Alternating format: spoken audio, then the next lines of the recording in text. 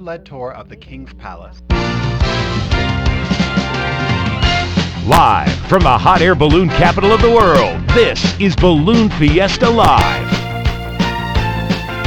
The 47th edition of the Albuquerque International Balloon Fiesta, presented by Canon, is happening now in Albuquerque, New Mexico. And now, live direct from the rooftop studio at Balloon Fiesta Park, here are Glen Moyer and Lloyd Jr. Well, good afternoon. We are here. It's first Saturday night, and it is Balloon Glow night, and we have a very special deal. High above the south end of the field, we have Team Fast Tracks dropping in for a little visit, and that is a live view from one of the jumpers, the camera view from there, and showing us the American flag that is coming in. Just deployed the flag. What a shot that is. Look at the Sandias off to the east. Wow, that's incredible. I've never seen, well, other than in a balloon, never seen this view before. This is great. So the Team Fast Track jumps all over the place. They're brought to us by selection.com. And so that would be Yulia Pangborn, who is flying the camera for us.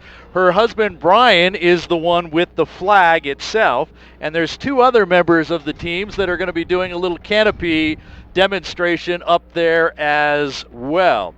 So they are going to be dropping in. They are aiming for L and M3, which is just off the main stage. Exactly, right out in center crowd is their primary LZ. Now, if because of this high wind that we have this afternoon, if they can't get in there, and there's a great view on the helmet cam of them looking down at the potential landing zone. So everybody here, look up and wave. Yeah. You might end up live going around the world on our feed. Well, what a view that is. It's a little bit, you can see it's a little unsteady up there, and there's a great shot of the flag. But if they can't make the primary LZ, they'll be landing over here in the southwest corner of the launch field of Balloon Fiesta Park. That shot straight up from the helmet cam. That is perfect. Oh, look at that. There's one of the jumpers with the smoke trail and a foot. Yeah. So the helmet cam again being flown by Yulia Pangborn there. She is flying that. They're doing some fireworks up there as well. They're doing a part of their pyrotechnics deal for us. Well, it sounds like. I think, there's a great shot of our rooftop studio. For a minute, they were actually looking straight down at us. They are doing some fireworks. We can hear the popping in the sky, and the first couple of jumpers down trailing smoke as well, and streamers. So the first couple of jumpers down are going to be Matt Harvey, and here's a shot. There's a shot of the helmet cam as they're coming in. The first jumpers are in the land, and they are coming into the overflow. Into the overflow one on the far west side there. Yep. All right. There's one jumper down. Nice landing there, and what a great shot we're getting from Yulia there. Yeah, that helmet. Oh, look at this. She's coming in for a landing right now, and boom, there we are. Great stand-up touchdown landing. All right, and here comes the flag in. Brian Pangborn bringing that American flag in. And the flag, by the way, is weighted on the bottom end so that it displays. And yes, we know the flag should not touch the ground. Skydiving teams do this routinely, and they do have crew who will scoop the flag immediately so that there's no disrespect to the flag. So please don't send us messages saying you let the flag touch the ground. It's routine for skydiving teams to do that, but they do respect the flag and scoop it up off the ground just as soon as the jumper is down and safe. All right, what a great show of them dropping in here. Wasn't that great? And they're going to be jumping a second time, right? They are scheduled, The idea here is for all of our night events this year. So tonight, tomorrow night, Thursday, Friday, and next Saturday night as well. They will drop in about this time, jump in, bring the flag in to kick off the evening. And there goes the jump plane. Yep. Just over on the top of our head. There he goes, yeah. So I met the whole team here this afternoon when they came in. What a fabulous group of folks they are to do that and to provide this live video from the jump cam there. Actually, selection.com sponsored the team to come in with the video feed of the team here. Okay. So we appreciate selection.com doing that. Check them out for any hiring needs that you might have. And we should mention, if you didn't already, that they dedicate each jump to a fallen warrior, and tonight's jump was dedicated to Army Sergeant Joseph M. Peters of Springfield, Missouri, who died October the 6th, 2013, while serving during Operation Enduring Freedom. Thank you very much. They do that on every one of their jumps, wherever they go around the country and around the world. They do that dedication there. And now the tough part for them is those 4 jumpers have to get in a car and head back to Albuquerque International Airport because, as we started to say, we're about to do a balloon glow here of sorts. And at the end of that, they will jump back in again, kicking off our fireworks show. Of course, that'll be after dark, so they do have a little bit of time, but they have to I assume they repack their chutes. I think they said they were using Are they jumping 2 chutes? They were going to have to repack 2 of the 4 chutes. They have 2 others there. Okay. So it's kind of a half repack, if you will. So it's not unlike hot air balloons. After we land, you got to pack the balloon back up in order to go back and make another flight. So they sort of have to do the same thing. Exactly. With their parachutes. But of course, the chute doesn't take near as long to pack, I don't think, as a balloon envelope would. The bigger issue is getting off the field because there's still traffic coming in, and getting back to the airport, and making sure that everything's rigged up again and all that great stuff, so that we have that opportunity to pull some things together. And then we spent a lot of time talking on logistics of how to get the team back to the airport with the ground crew that's here. The ground crew is staying there. In fact, I saw some police cars out there. They were talking about a police escort to at least get them off the field and out to... We should talk. Yeah, we should. Because getting us out of here at night, when we have to be back at dark 30 in the morning, is not always easy either. So yeah, we should call. Where's Ruth, and where is that APD officer she interviewed this morning? We need to have a chat. I could use a police escort getting out of here. That would be fun. That would be great. So yeah, well, we'll just have to work on that at some point. Yeah, we'll put that in the debrief notes for next year, baby. Hey, so let's talk a little bit about our live stream here, Glenn. Okay. Let's talk a little bit about our live stream. We, of course, doing Balloon Fiesta Live really for the 2nd year. We did it kind of on a pilot basis last year, kind of a little trial deal. We got great response last year, and so we've put some more effort into it this year, a little more planning, year's worth of planning, and trying to bring things together here. And so we've kind of kicked up the game here a notch, if you will. And hopefully you are enjoying that and seeing us on Facebook and YouTube and theballoonfiesta.com. We are streaming these shows live, all 14 events. And at the end of the show, when we stop our live stream, those archived versions will be right there online. I was tweeting with a friend over in Scotland this afternoon that he could go back and watch this morning's show on Facebook, where it is archived. Right. And so, because he didn't see it this morning, so I was letting him know that he could go back and watch it at any time. So after each event, that event's broadcast is then archived. And if you missed it, you can go back and watch it. So the Facebook one, I learned this morning. The Facebook live show gets archived almost immediately and is there. And it was this morning. The YouTube one takes a little bit longer for it to get archived and put up online, 30 or 40 minutes or so. But on the balloonfiesta.com page where you're seeing the live feed, we are going to actually put direct links to all of the other archived videos. So, outstanding. So those will be there for you to watch as well. Now, last year, 14 events, we ended up with about 384,000 people who tuned in across those. And that was with almost no advanced promotion whatsoever, because as you were saying, last year we did it as kind of a pilot program, and it really was just you and I who we've been up here announcing on the PA system to the crowd on Fiesta Field. Well, for me, 29 years, this is our 5th year together. Right. And last year was the first year that we went out and did our own live stream. And so it really was not much more than just taking our announcing that we'd been doing for years and putting it up with a few pictures, a couple of cameras. But we've greatly expanded that this year. Not only do we have cameras on and around the field, we will have, well, as you saw, we had access to the helmet cam from the skydivers. Right. There is a drone that will be operating during the course of Balloon Fiesta. We'll have a feed from that. We have, in addition to you and I, we now have 2 additional field reporters. Yes, we do. Kim Vesley and Ruth Lind, who are both working with us this year, and they'll be down on the field during all of our broadcasts and providing interviews and insight from their perspectives down on the field while we're up here with the overall overhead view of the big picture of the big one from the rooftop studio. So where I was headed with this, that 384,000. I'm sorry, did I get you that's off okay. your track? Okay, no, go ahead. I had to check the number anyway. 384,000 last year. This morning, when we ended the show, we had 103,000 views.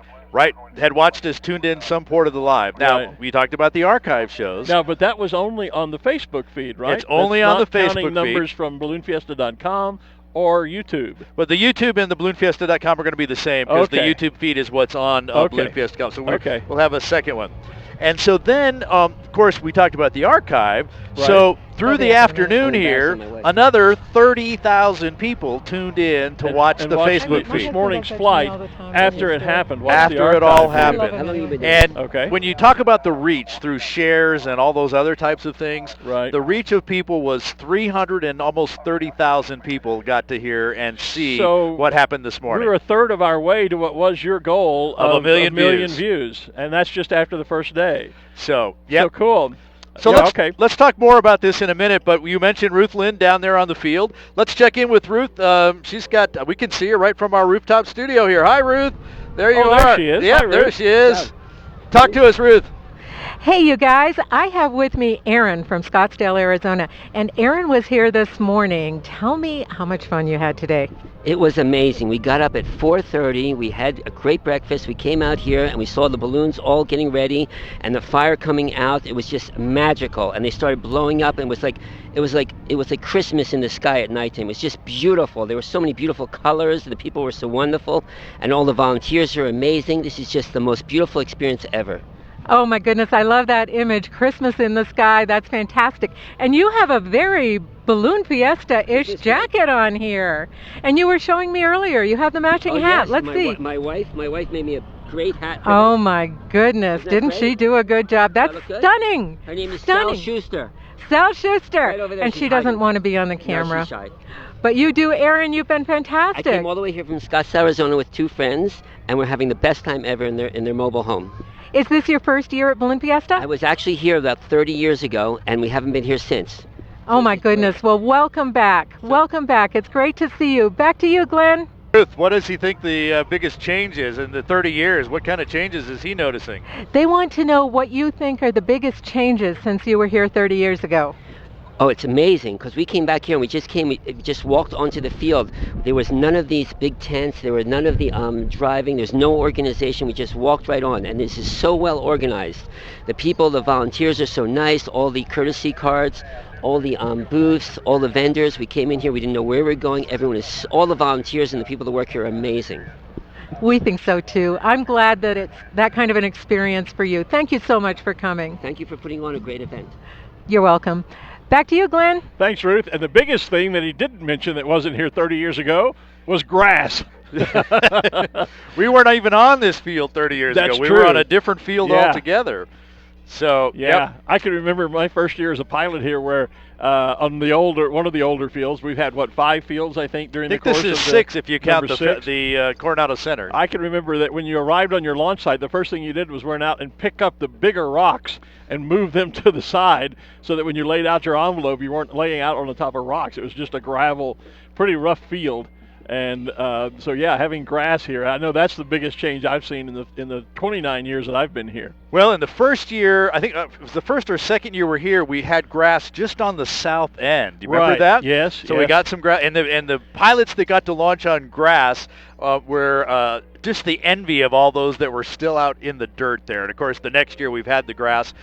The grass area here is 80 acres. Wow, that's huge. And that's just the grass. Now, when you take in all the parking on the north, the parking to the south, the whole park here, which includes going all the way down past the Balloon Museum, all of that is 360 acres. It's a city park year-round. I was going to say we should give a shout out to the Parks and Recreation Department of Albuquerque, because they are the ones who maintain this year-round. It's not just here for Balloon Fiesta. We take it over during these 9 days, but it serves the city in a number of other areas and as other venues during the course of the year.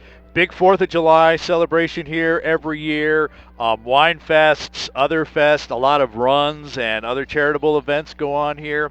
And so, yes, Balloon Fiesta actually leases the park from the city for 60 days, starting right after Labor Day. So that gives us about a month to get set up.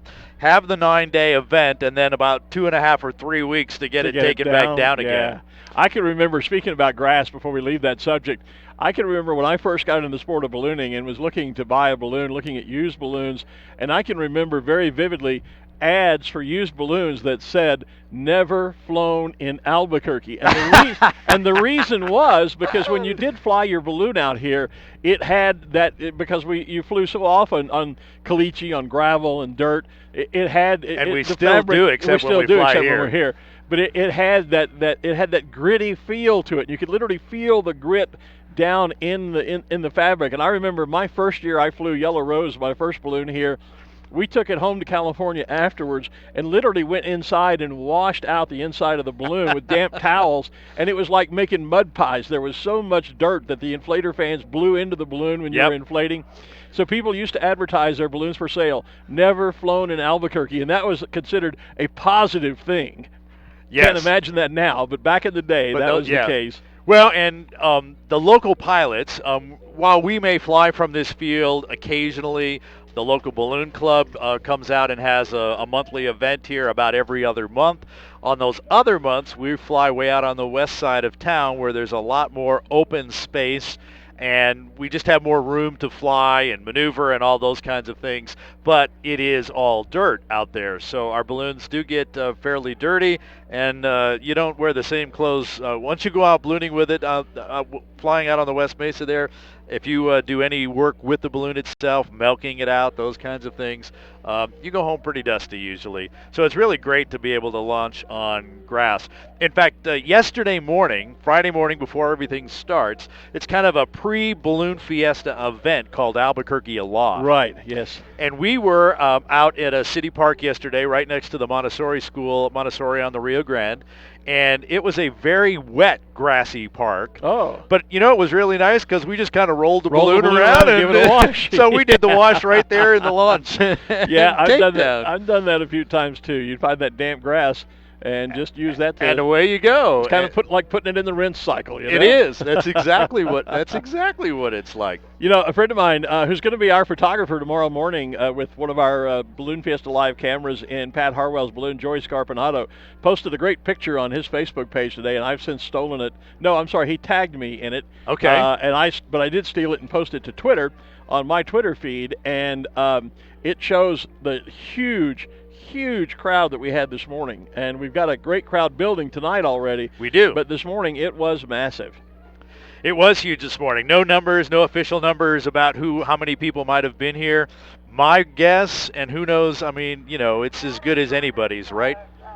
Probably, I would have thought, based on previous numbers, 80 to 100,000 people out here this morning. I'm not going to argue with you. I'm not good at crowd estimates, and so I try to stay away from that. But all I know is there were a bunch of people here. And it was great flying and all those. It was just fabulous this morning. It was exactly what you want an opening day to be. It really was. We got the Dawn Patrol off. The Krispy Kreme glow was good on the field. Added the flyover with the Chili Express this morning during the national anthem. Yeah, that was new this year. A lot of new things, not just with Balloon Fiesta Live, but also, like you were saying, the flyover and then the team fast tracks, the skydivers. That'll be jumping twice on each evening event. They'll jump in prior to the glows, and then they'll jump in following after the glows and before the afterglow fireworks. So we just saw a picture there of a chase flag, or a flag on top of one of the golf carts here, and there it is again. There it is. And you can see it's kind of standing out a little bit there. That's sort of an oxymoron, though, to have a smiley face flag in winds like this. Right. A good thing it's on a golf cart and not on a balloon chase truck, I guess. I suppose so, yeah. But, that they ought to turn that upside down. It ought to be a frowny face in this kind of wind. So, and I don't mean to be, I'm not trying to be a downer as to what we may or may not be able to do this evening, but there's no doubt, you can see in the video pictures, we have a substantial amount of wind on site this evening, and we do have to deal with that with regard to the balloon glow. We'll get word from some of the flight officials in just a short while on what the status is for tonight's glow. So what is officially out there, and our boss for the night here calling the balloon glow is just showing up, but what they have told sent out to pilots here is that we've put the glow on hold for a little bit. The yellow flag is up. Okay. So as you know, when the sun goes down, the wind tends to calm down. That's typically and true. And we're still a good 20, 30 minutes or so. I think the sunset is about 6:30 tonight. Okay. 6:20 something. And so we're still a little bit away from that. So we're going to kind of wait for just a few minutes here and see what happens about with the wind here, but we're getting set up here to be able to talk to the pilot, so we're going to do some sort of balloon glow tonight, and we'll just have to wait and see here in just a moment. We'll know. In fact, if you'll talk for a minute, I'm going to get them plugged in. Okay, go right ahead. I was going to say, you could generally tell that it's probably not a good day for ballooning when there are kites flying, and I noticed that Doug Gant, one of our special shape pilots, has had his personalized kite up for some time. You see the pink kite in the sky high overhead trailing the long pink tails. That's the kite of the balloon team When Pigs Fly. That's Doug Gant out of Florida. And usually if you see, and there were a number of other kites earlier when I first arrived this afternoon about 3:30, 4 o'clock, there were a lot of members of the public just out flying kites on the field. And generally, that's not a good sign. You typically, if it's windy enough for kites, it's typically going to be too windy for balloons. But as you were saying, the winds do typically die as the sun sets. And of course, a balloon glow is all about having the balloons up at twilight so that the balloons can light up and you can enjoy the colors and the sights of all of that happening in the darkness. We don't want it. You can't glow a balloon when the sun is up. Well, you can, but you can't see anything. So it's a twilight event. So naturally, as you say, we wait until after sunset to be able to do the glow. And typically the winds will calm down. And apparently that's what we're hoping will happen this evening. Meantime, if you're just arriving in the park or if you've been here for a while, this is what they call sort of a break in the action, and it's a great time to explore Main Street and all of the amazing vendors and shops and service organizations that we have over there. I've not made a trip down. It's roughly a mile long, it seems like.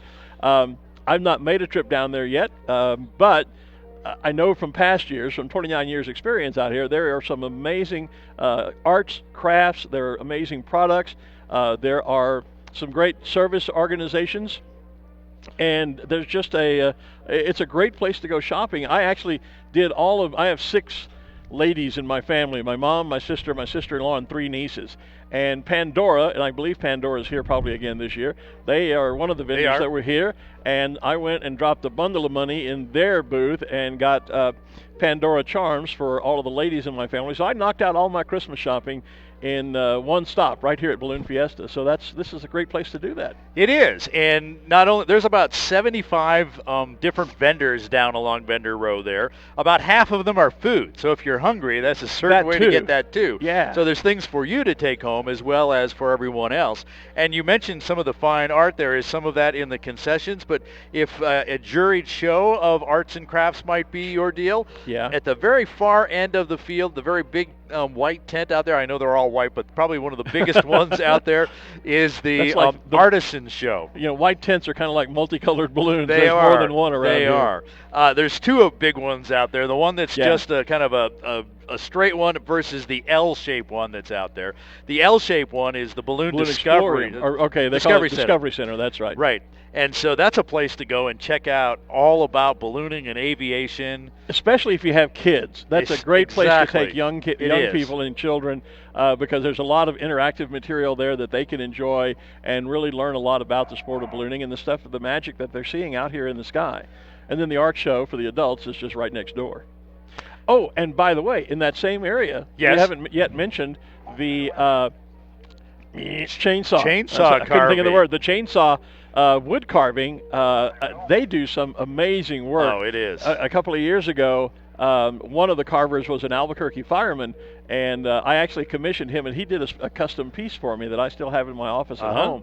But they carve things all week long, and a number of them are put up for sale. And some of them are little small desktop carvings, and some of them are great big things you can put out in your back garden. For sale and also auctions as well. So lots of things. Right. And it's really a competition. It is. As well. They'll give him a chunk of wood, and they'll give him an hour or 2 hours to carve it, and away they go, and it's just amazing how they do that. It's incredible to watch. And they also have raffles where you could just buy a raffle ticket for a few bucks and then maybe take home a wonderful prize. I think Ruth has another guest with her down on the field. So, Ruth, who are you talking with? Oh, I have the most wonderful guest right now. I have Chiara, and she is from Italy and New York City. She was out here this morning. And Chiara, tell us what you did this morning. I made one of my dream come true, and I rode a balloon. And was this your first time? It was my first time riding a balloon. It was not my first time at a balloon fest, but I specifically was waiting to be either in Albuquerque, Cappadocia, or Bagan to ride my first balloon.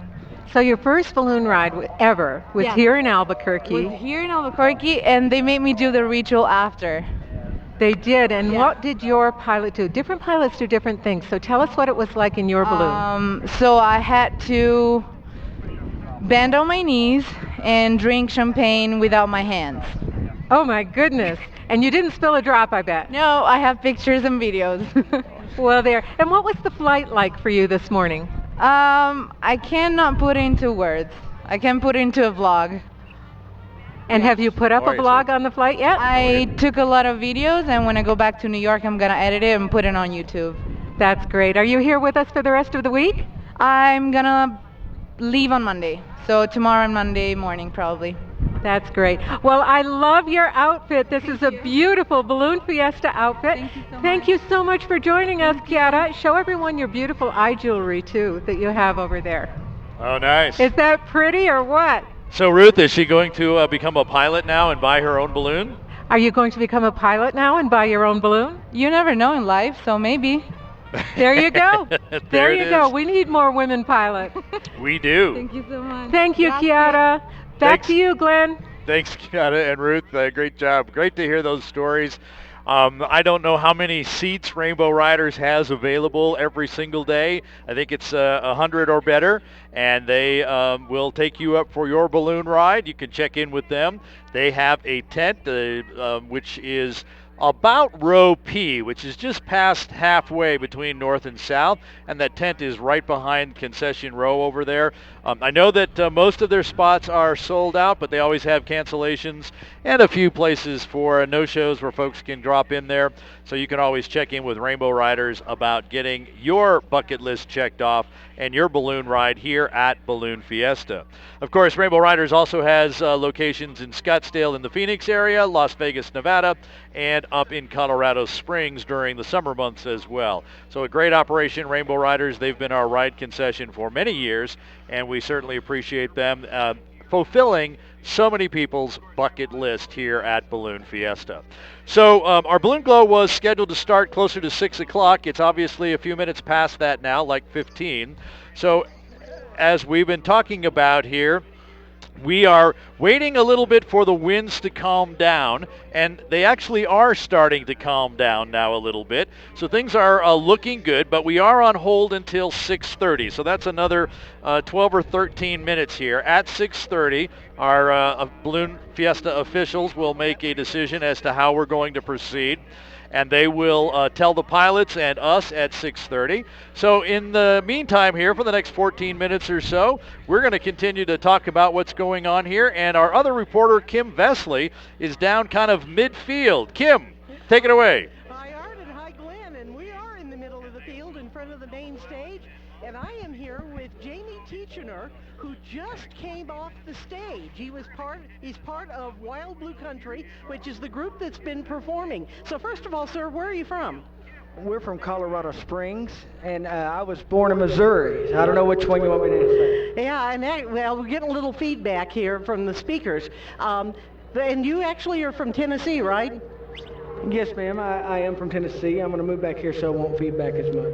Okay. Yeah, we're having a little bit of problem because we're kind of in front of the speakers here. So you tell me about the group and what you do and who you perform for. Well, you know, I'm so thankful to be a part of this band. We travel across the country, and we promote the Air Force Academy and the Air Force. And so we just want to tell everyone what a great opportunity the Air Force Academy is for an education. Have you ever done a gig like this one? This was the first gig I ever did in the Air Force with Wild Blue Country, and it's the last one too. I'll get to do it tomorrow, and then I'm going to be leaving the Air Force. So. Oh my goodness, really? So you're are you faculty or a cadet or? Well, I'm active duty. We're all active duty. The guys that played with me, we're all, currently serving, and we're enlisted. And if anybody's interested in that, you can check that out on if you Google Air Force Band or Air Force Academy Band. So how do you get picked for this? And do you audition, or how does it work? Have you ever heard of Eeny, Meeny, Miny, Mo? That's not the way. But no, we actually send in an audition CD or MP3 of some sort, and then that draws it down to, that's through the pre-screen, and then they audition us in person, and then they pick who they want for a specific need. And so right now we're looking for a lot of people, looking for my spot in particular. And you're going to have to be pretty talented to get his spot, because he does a mean Sweet Home Alabama. I'm here to tell you. There was something else that kind of crossed my mind too. Have you ever been to Balloon Fiesta? Is this your first time here? No, ma'am. I was here in 2015 and 2017, and then this year. Wow. Did you get to go up ever, or just perform? One time my shoe got hung in some rigging. I'm just kidding. I hope so. Glad to hear that. I've never actually gotten to go up in a hot air balloon of any sort. So, if there's anybody out there that wants to get wild, we're ready to go up. We're the Air Force, air superiority. Hey, Kim, ask him if the band's looking for a bass guitar player, because I'm always looking for a new gig. Well, we've currently got one, but we are looking for one. I may be a little old to join the Air Force, though, but yeah. Well, we would love to have you. I know we would, but we have an outstanding bass guitar player right now. Well, Art plays trumpet too, so they may be looking for. Maybe we could sit in on a number or two at some point this week. That'd be fun. Yeah, saxophone and trumpet for me. You play trombone and bass. I play trombone and bass guitar. Yeah. Yep. Yeah. So we could definitely join the group there. You bet. Well, as long as we don't do it up here, I guess. I guess not. Yeah, the amateurs aren't there. Hey, thanks, Kim. Yeah, thank you. All right, so again, we are on a short hold here, waiting for the wind to die down. We're going to have an update at 6:30, which is okay. Just about 10 minutes from now. And the breeze is coming down. I did check on sunset. Sunset is actually at 6:43 tonight. Oh, okay. So we've got some time. We've got a little time, for that to happen here as well. A couple folks that are checking in on Facebook here with us, wanting to know what color the flag is. It's yellow tonight. That means we're on hold, as we just talked about. Now, that's a signals flag system you're talking about. We should probably explain that Yes, to people. yes, please do.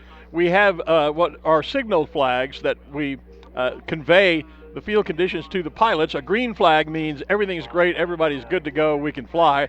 Yellow flag usually means there is, it's kind of like a stoplight. A yellow flag is caution, there's a reason to be concerned, and in this case it's the wind velocity, and that typically will end up putting the flight on hold until we come to some sort of a final decision after we've watched and have a better determination of what the weather is going to do.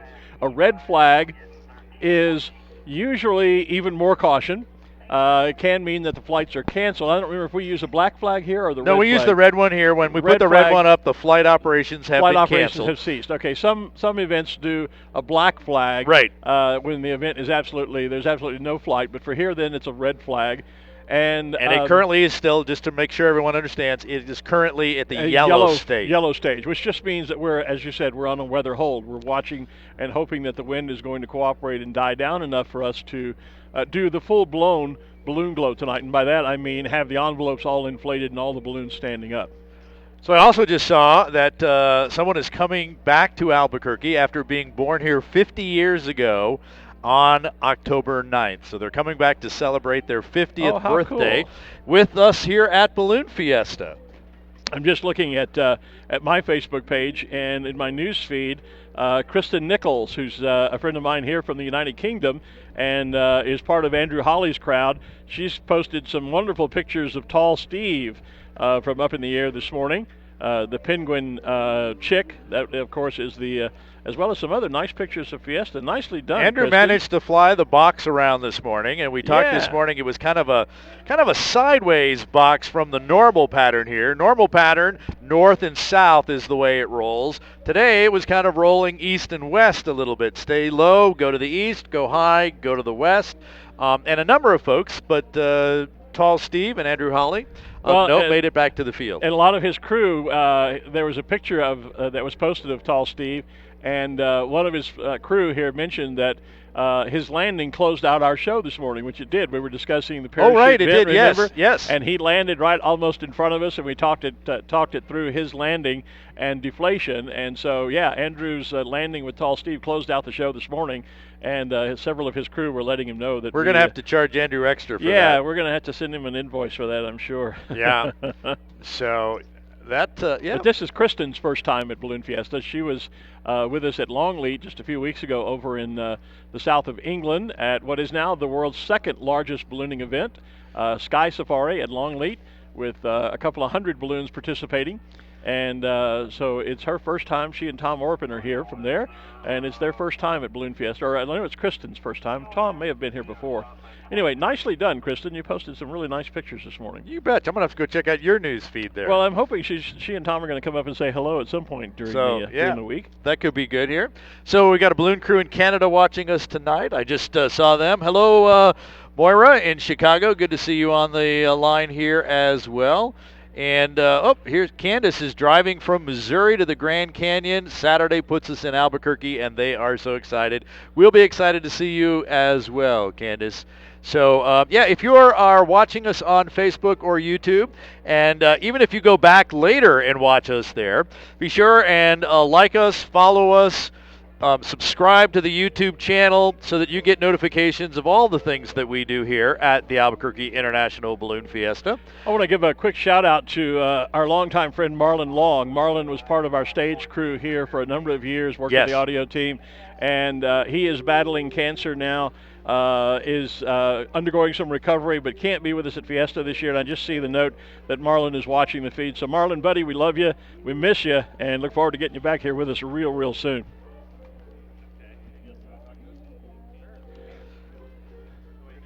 So, oh my God, we're gonna have him up here again. Yeah, we're gonna get this guy up here again. Come on. Is there no one else we can find as a guest? Kathy, you're our stage manager. What's the deal? How did this guy sneak through? Yep, drop the leash here. So Brad Tiemeyer, the chief meteorologist for the Albuquerque National Balloon Fiesta, joins us here. So we're on hold here because the winds are a little high. Tell us what's going on. So we had a front that actually came through earlier today, and we've just had some gusty winds in the area all throughout the afternoon. I think we all saw that. And really, what was amazing is this morning you could really see the true microclimate of Albuquerque. I mean, here at Fiesta Park, we were light and variable, and just down at the airport, winds were gusting to 30 miles an hour while the balloons were in the air. We had a report from one pilot who was landing out in Rio Rancho, said he landed in 14, and it was still light and variable here. Yeah, it was absolutely amazing, and that's what it really Albuquerque is typified with, is just these small areas that have very, very different regimes, and so that's really what we saw today. And now we're seeing that too this afternoon because the winds have switched around out of the south, and so since they're out of the south, we don't have that large rock blocking us now anymore. Yeah, and so because of that, we're much more exposed than we were this morning. So that's the difference. So hopefully, once the temperature starts dropping here, the winds will follow suit, and we'll be able to do something. And that so large that's rock, what we're waiting for. That large rock, of course, is the Sandia Mountains there just to our east. It is. Yeah, that worked out really well for us this morning. Can you give us just a little weather lesson? Why is it that winds tend to drop down at sunset? What happens meteorologically? Oh, good. You had to go there, didn't you? Yeah. So basically, the way the atmosphere works is it's all driven by the temperature. And so as the temperature starts to cool right at the surface, the temperature just above the surface stays a bit warmer. And so it doesn't allow the winds that are above the surface that are frictionless essentially because they're not in contact with the surface. It doesn't allow those faster winds to come down to the surface anymore once you get that surface just to cool just a little bit. And you only need about a 2-degree separation to where it'll start to drop. So, and now the sun's angle is low enough in the atmosphere that really it can't effectively heat the surface anymore, and because of that surface temperature is already dropping. I don't know if you felt it. Right now, as soon as the sun went behind that cloud, we definitely felt it, and we're still. And that's a good thing for us. Right, and we're still another 15 minutes or so away from official sunset anyway. Right. So we've got multiple things at work here, so hopefully that will be just enough that we'll get the winds to drop enough that we can take the balloons out and play a little bit. Great. Brad T. Meyer, thanks for joining Thanks, us here. Brad. It's good to see you as always. Likewise. buddy. You bet. Likewise. Yep, always enjoy having you up here. Yeah, We'll look forward to we'll see you talking throughout more the this week. You bet. Thanks, Brad. Okay, go make the weather work, will you? Yeah, that's it. Hey, we have Ruth and Kim both with interviews on the field, so let's go to Ruth first. She's close by. Ruth, who have you got? Hey, Glenn. Hi, Brad. It was so good to hear from you. I have Blair Morrison with me. Blair has been a navigator for 27 years. And Blair works in the VIP sponsor hospitality area. You will see him with some amazing costumes this week. And he's one of the people who makes us all feel welcome and happy. So Blair, tell me, why do you do this? I can't imagine being anywhere else but here this week. It's I get to see my once-a-year friends from all over the world, from Japan, from Brazil, Czech Republic, Belgium. You know, it's my favorite 10 days of the year. What's your favorite costume day of the week? I know you guys do some amazing themes. Well, of course, the main one was when I got conned into being Dorothy for Wizard of Oz. But we have the clown costume, the bees, the bee costume is nice. The clown costume is full fleece, so it's nice and warm on those cold mornings. But 50th anniversary, we'll bring out the blue gingham one more time. And you were an amazingly beautiful Dorothy, I have to say. And the team that you work with in there, you have a lot of people who have been with you for a long time. How long have you worked in this particular area of Fiesta? This area, about 17 years. Prior to that, about 10 years with media. I used to work at KOAT here in town and got affiliated with media there. And I used to produce the video that KOAT sold back in the day. And ventured over into sponsor hospitality and been here ever since. Well, you do an amazing job. And Glen and Art, we all know that our navigators are the backbone of Balloon Fiesta. Without our navigators, this event would not be the stellar, amazing, world-class event that it is. So thank you, Blair. Thank you. And back to you, Glen. Thanks, Ruth, and thank you, Blair. And you're absolutely right about the navigators and the role that they play here. 1,100 navigators working throughout the year, mostly during these 9 days, and obviously days ahead of time to get things set up. But 1,100 navigators, and actually Ruth is one of them. Well, that's true. Yeah, part of our crew are some of the navigators. We have a number of them on our crew as well, do. so thanks to all of them for helping us out. Over on the opposite side of the field is Kim Lynch, and she's there. Kim Vesley, I'm sorry, with a good friend of mine, a gentleman named Neil Langford. And Kim, you got to ask him about his rock and roll business, not just about balloons, but ask him about some rock and roll that he's involved in. Yeah, I found out that he's a really good old friend of yours, and we're very glad to have him. Neil Langford, and you're from where? Born and raised here in Albuquerque. Wow, and you now are where? I'm living in North Carolina currently, but kind of back and forth. And so, what balloon do you fly? This year I'm flying Splash, the Penguin.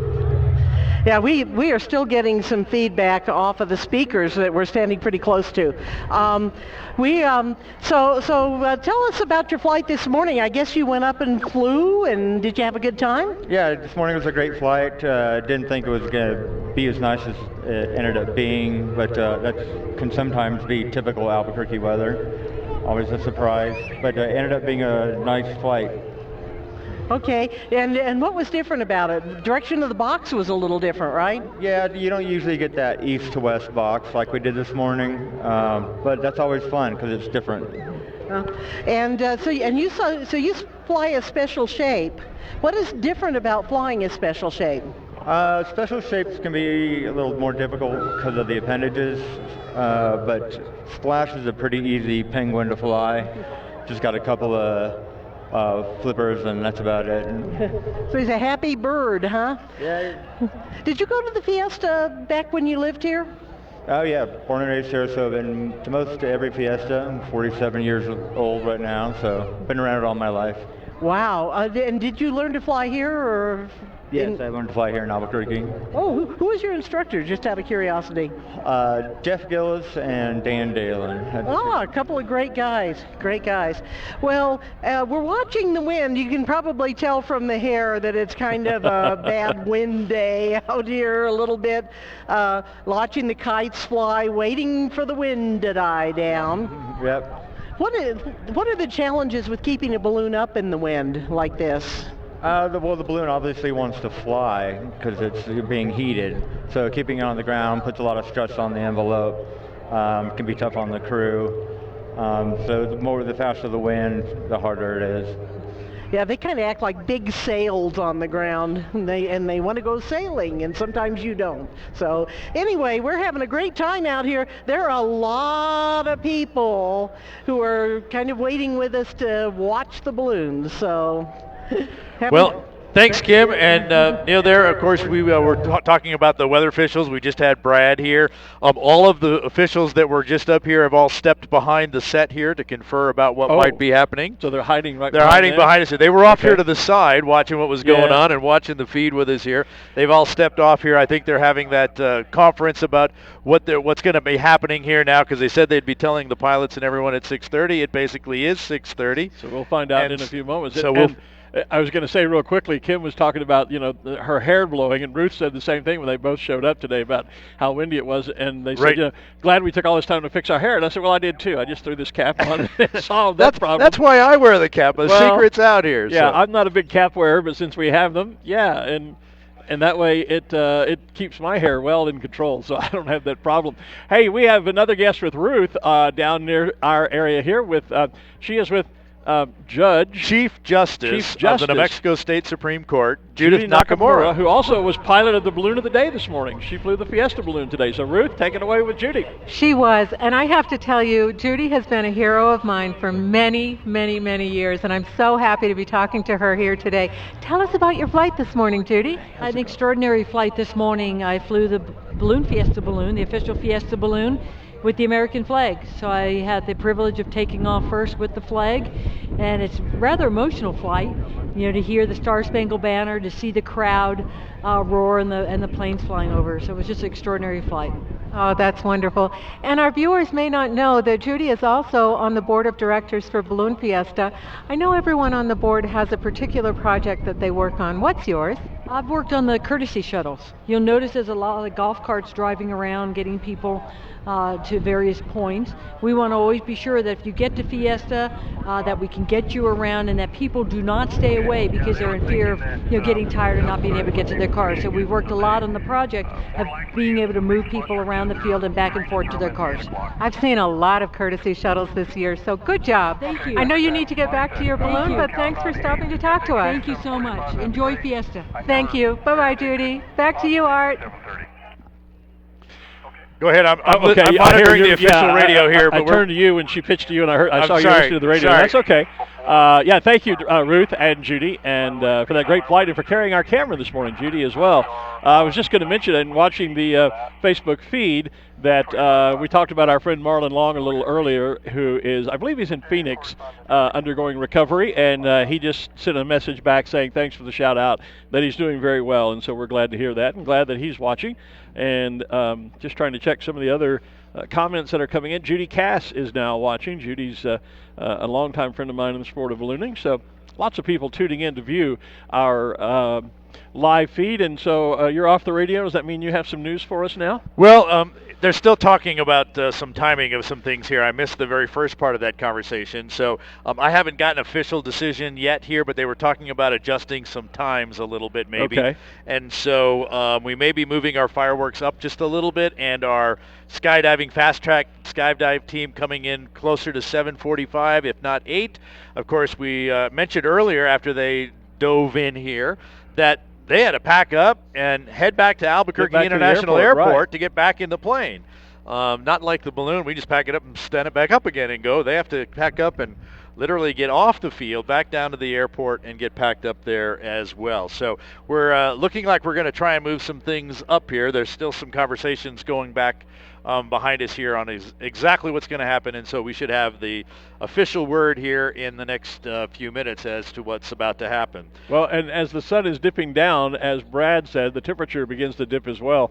I'm going to step off mic just long enough to grab my jacket and put it on, because it is getting a bit cool up here. Well, see, I left my jacket hanging on these nice chairs that we have here. Well, I've got mine right beside me, but I did take the liner out, thinking all I would need is a windbreaker, and I'm thinking now I may regret that decision before we're out of here. I actually just brought the liner tonight, so we'll see. Probably a smarter idea than what I did. Yeah, well, we'll see. Hey, we'll still have, we'll get to model both sides of our fancy jackets here as well. So again, this is Saturday night, and this is our Balloon Glow tonight. Balloon Glow started many years ago. Actually, it kind of started as somebody got a brand new balloon, and it came in late in the afternoon, and we wanted to see what it looked like, so we took it out in the park and kind of stood it up, and we said, this is kind of interesting the way this thing lights up here. And so Albuquerque balloonists started setting their balloons up on Christmas Eve. We do a whole luminaria deal here where we put candles in bags and we light them, and the idea is that it lights the way for Christmas time, lights the way for those who need to get to their places, their mangers, their places of celebration, etc. And so we started doing balloons at the same time and lighting them up that way, because balloons glow very nicely at night. After doing that for a number of years, we decided to try that here at Balloon Fiesta. I remember being at the very first Balloon Glow. I was out working on one of the balloon crews. In fact, Kim was flying, Kim Vesely, one of our reporters here. She was standing the balloon up, and I was out on what's called the crown line, the rope that kind of helps control the top of the balloon. I was out there, and I was talking to a spectator, talking about ballooning, and I didn't realize that it got deathly quiet and very dark. And then all of a sudden, 300 balloon all hit their burners at the same time. The rush of power, sound, and light still gives me goosebumps today, and that was 30-some years ago that we've been doing that. So it is just an incredible rush. We still hope to be able to do that for you tonight, but we've been doing it ever since, and we did it just one night a year then. Now, of course, we do 3 regular shape balloon glows, and we do 2 special shape rodeo, what we call glowdeos. Right. The idea, we bring all those special shapes, and there's the rooftop there it studio. Is. There we are. Is that? Oh, we're down right here. Studio, so we can wave down there. Yes, that's us. Great shot of the rooftop studio. Nice shot up here. of the rooftop studio. That's great. Oh, look at that angle. Don't zoom that's in coming too close. Right You'll break the camera. Oh. Hey, so that little white square thing off to the right side of the screen there. That one right there. Yep. That's the antenna that gets us that live shot from the helmet cam from Team the Fast helmet Track. From Fast Track. Cool. So we just kind of have to point that up there, and that's how we receive that. And you see we have our nice backdrop here. And off to the side here, we have our officials working on the idea of what we're doing here. Do we have a game plan yet, guys? Okay. Why don't you talk with them, or do you want to have her come up and tell us all live? Why don't you come over here and just tell us? Yeah, come on up. Be on camera with the rest of us. We'll make you a star. Yeah. So, hello, Miss Bond. Hello. Assistant Balloon Meisterin. Hi, how are you guys? And in charge of the glow here. Yes. So what's going to happen is, unfortunately, the winds have not died down enough for the balloons to go ahead and tether, or not to tether, but to glow. Inflate the envelope itself. Inflate, yes. So what we're going to do is go ahead and do another fast track. Did you guys happen to catch that when they came in the first time? We did. We had them live from the helmet cam. Awesome. Yeah. That's cool. So we're going to do that again about 7:45. And then right after them, we're going to do a laser show. And then we're still going to have our fireworks. Okay, all right. So we've already spoke with the pilots, but pilots, if you've not had any officials come by or zebras come by, we thank you for coming out and hanging out with us. And you're free to go. And we're going to go ahead and continue with the other activities as planned. Okay. So get some rest, because it's still only day 1. We've got 8 more days to go. It's another 03:30 wake-up call in the morning. So, Yeah. So no candlestick, no glow here tonight. No candlestick, no glow. And so everything else happens. We've got some entertainment on the stage, I think, maybe scheduled here, maybe later. Fast Track, the skydiving team will jump in, and they brought the flag in an hour or so ago. This they time, did. Though, I think they'll be doing pyrotechnics. I think they're doing fireworks, on the plan, so they'll be able to kick off the fireworks show tonight. Right. And of course, the laser light show will be here as well. And I got to tell you, the laser light show, you want to be down on the field about mid-range there to really get a good view of that. Although this morning we had some great shots on the screen with the laser lights and the backdrop of the balloons that we're setting up for Dawn Patrol show this morning. Right. So. Anything else you want to? No, that's all. That's all. I think we're great. But again, I wanted to thank the pilots for coming out and hanging with us and giving us their patience while we made this decision. And you guys are doing an awesome job. Well, thanks. Thank you. And we know, and being pilots ourselves, pilots are just as disappointed. They've been out here. They want to put the balloons up. They want to put on a show. So we know they're just as disappointed as probably many of our spectators that the glow is not going to happen. This may not be fair to put you on the spot, but I noticed one of the comments on the Facebook feed was, if they don't do the glow tonight, can they use the tickets to get in tomorrow night? Do you know what? I don't know what policy is regarding that. I think they need to check with the rain check service. I think there's a rain check thing. Probably Read the back of the check. Maybe check on balloonfiesta.com and probably information there. We'll put some stuff there. We also tend to put that on the Balloon Fiesta Facebook page as well. Our media group will respond to that on the Balloon Fiesta website there and get it posted there. So, but there is a rain check policy. We'll see how it plays out tonight here. We'll get that posted as soon as we know. Okay, very good. All right, Melissa Bond, thanks for coming by and letting us know.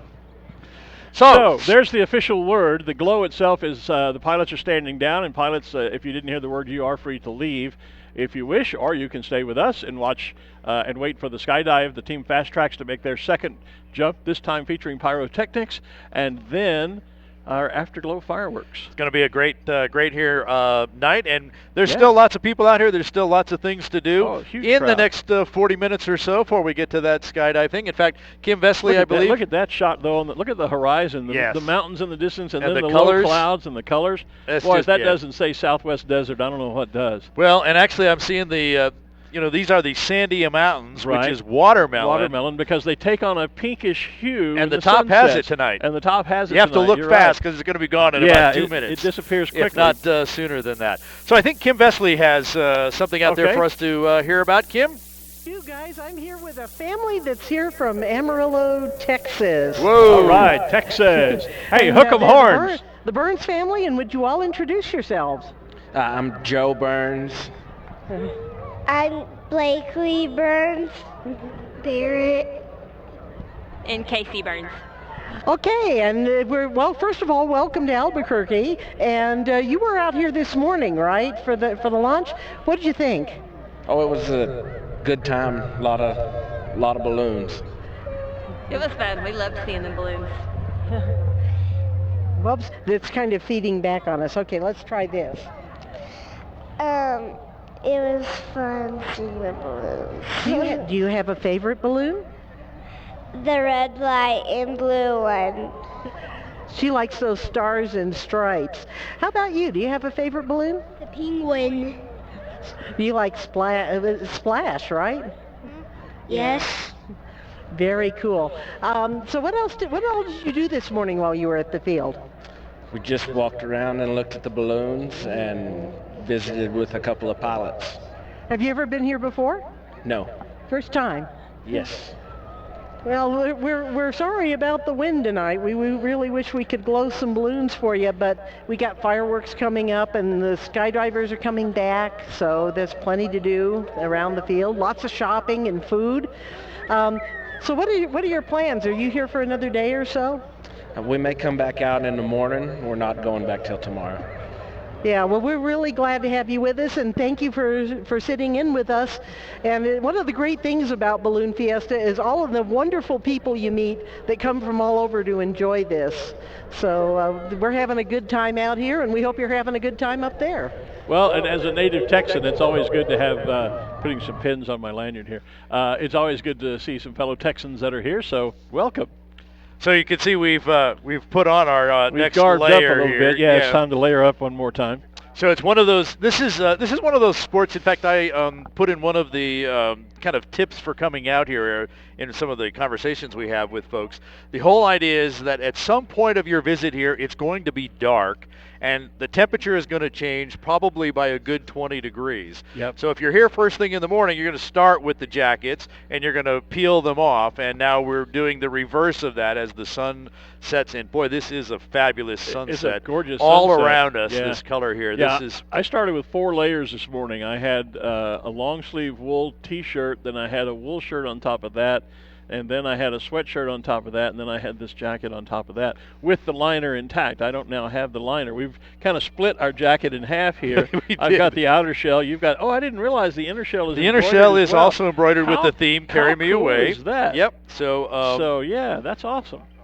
So a number of our pilots are hanging out there. Of course, they're hanging for the skydiving show, sure. the laser light show, the it's fireworks. It's a gorgeous evening, so why would you want to go sit in a hotel room when you can be out here and have a wonderful time and enjoy fireworks and skydiving and music and shopping and good food? Well, which leads to one more thing that you can do out here is our pilots are sitting there, and guess what? They're not busy with the balloon. Well, that's Now's right. the time to go have a conversation with them. Well, and better than that, I know they are sold in several locations around Main Street through the concession area. Pick yourself up one of the official Fiesta programs, because inside there are pictures of all of the participating pilots and their balloons.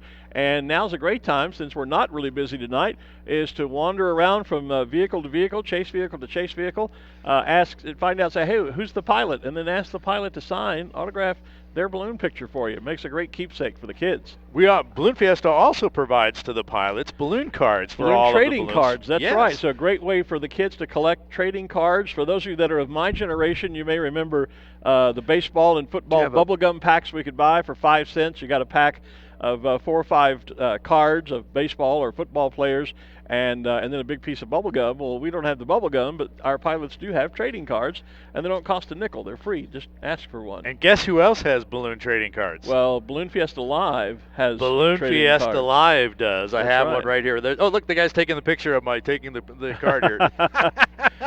But, so if you can find one of our Balloon Fiesta Live folks here. Yeah, I know Ruth has several of the cards with her because she specifically asked for some to give out to kids that came by her location. Right, we've tried to give them to all of our team members that they all had some, so they may run out at that time as we kind of divvy those up here. But Balloon Fiesta Live, and of course, first year for Balloon Fiesta Live cards, first year for Balloon Fiesta Live pins. And so you have to find a couple of specific people for the pins, or they should be for sale in the general merchandise tents as well. So if you're into the collecting deal here, this is the year of firsts for Balloon Fiesta Live. Trading cards and pins available as First time. well. Hey, Keith Berry, good hello to you. He gave me a quick shout out on the Facebook feed. And Lee Prager Grolman, I hope I got that right. Lee, or is that Leah? No, Lee. Okay, she's asking, are there going to be fireworks? Yes, indeed, there are going to be fireworks tonight. We're just about, 30 minutes or so away from that probably. We're moving the schedule up a bit. We'll have the Fast Tracks skydive team jump in again with pyrotechnics up in the sky, and then we will have fireworks this evening. So absolutely, and we'll be keeping the feed live through the fireworks. Through the fireworks. If you're not here at Fiesta, you can see the fireworks right here on Balloon Fiesta Live. We'll continue to bring you information up until the fireworks start, and then we're just going to let you enjoy the fireworks. Because you and I have to be back out here at 4:30 in the morning. Because someone else on the Facebook page is saying, are they going to fly tomorrow? Well, that's definitely on our schedule. Yes, it's and as you saw tonight, we waited until the very absolute last minute to make any kind of decision there. Yeah. And we will do exactly the same thing in the morning. And, a lot of the weather predictions were that this morning was not supposed to be flyable. Well, I was not optimistic because I watched one of the local TV stations, and I'm not dissing the local weather guys at all. I worked in broadcasting and television. I actually did weather for a short time. Don't know anything about it, but I did it.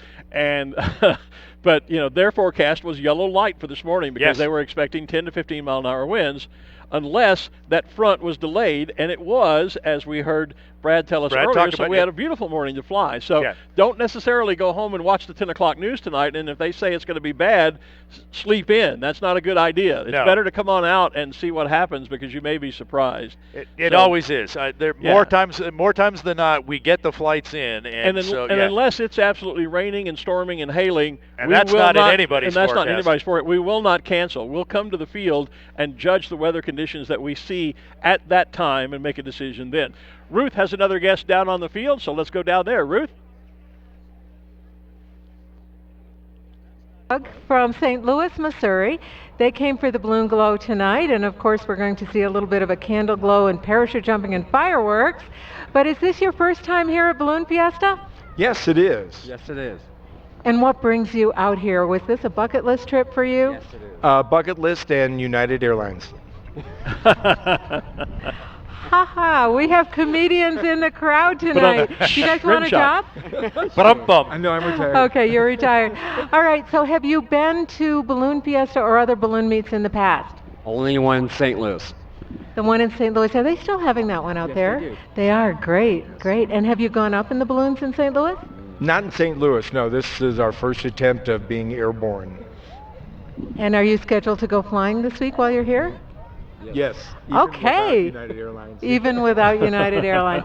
So I guess you'll be going flying with Rainbow Riders, Yes. who is our official balloon flight vendor here on the field. Oh, and cool. Rainbow Riders is a phenomenal operation. One of my best friends is flying for them this year. How so cool is that? if you get Marcia Neal, tell her Ruth said hi. All right. And I promise. any of the pilots that Rainbow Riders have will give you a wonderful time. What do you think it's going to be like up there flying here as opposed to somewhere else? Oh, light as air. Okay, But up Glenn, bump back again. to you. Yeah. Okay.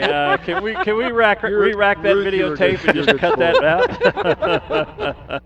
Yeah. Hi, Donna Beck. By the way, she says hi on Facebook, and someone was asking, so no glow tonight? That's right. If you haven't heard the word, the glow has been canceled.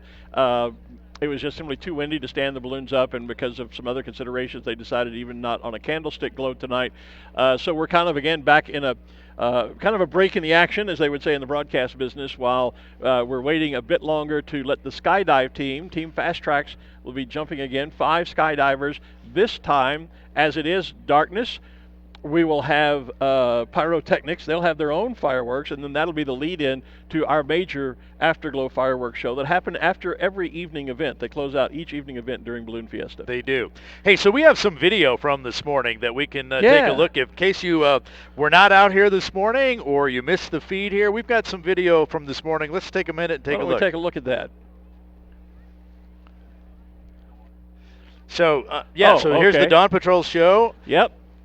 That starts us off very early in the morning. We launched the Dawn Patrol show about 6 a.m. each morning.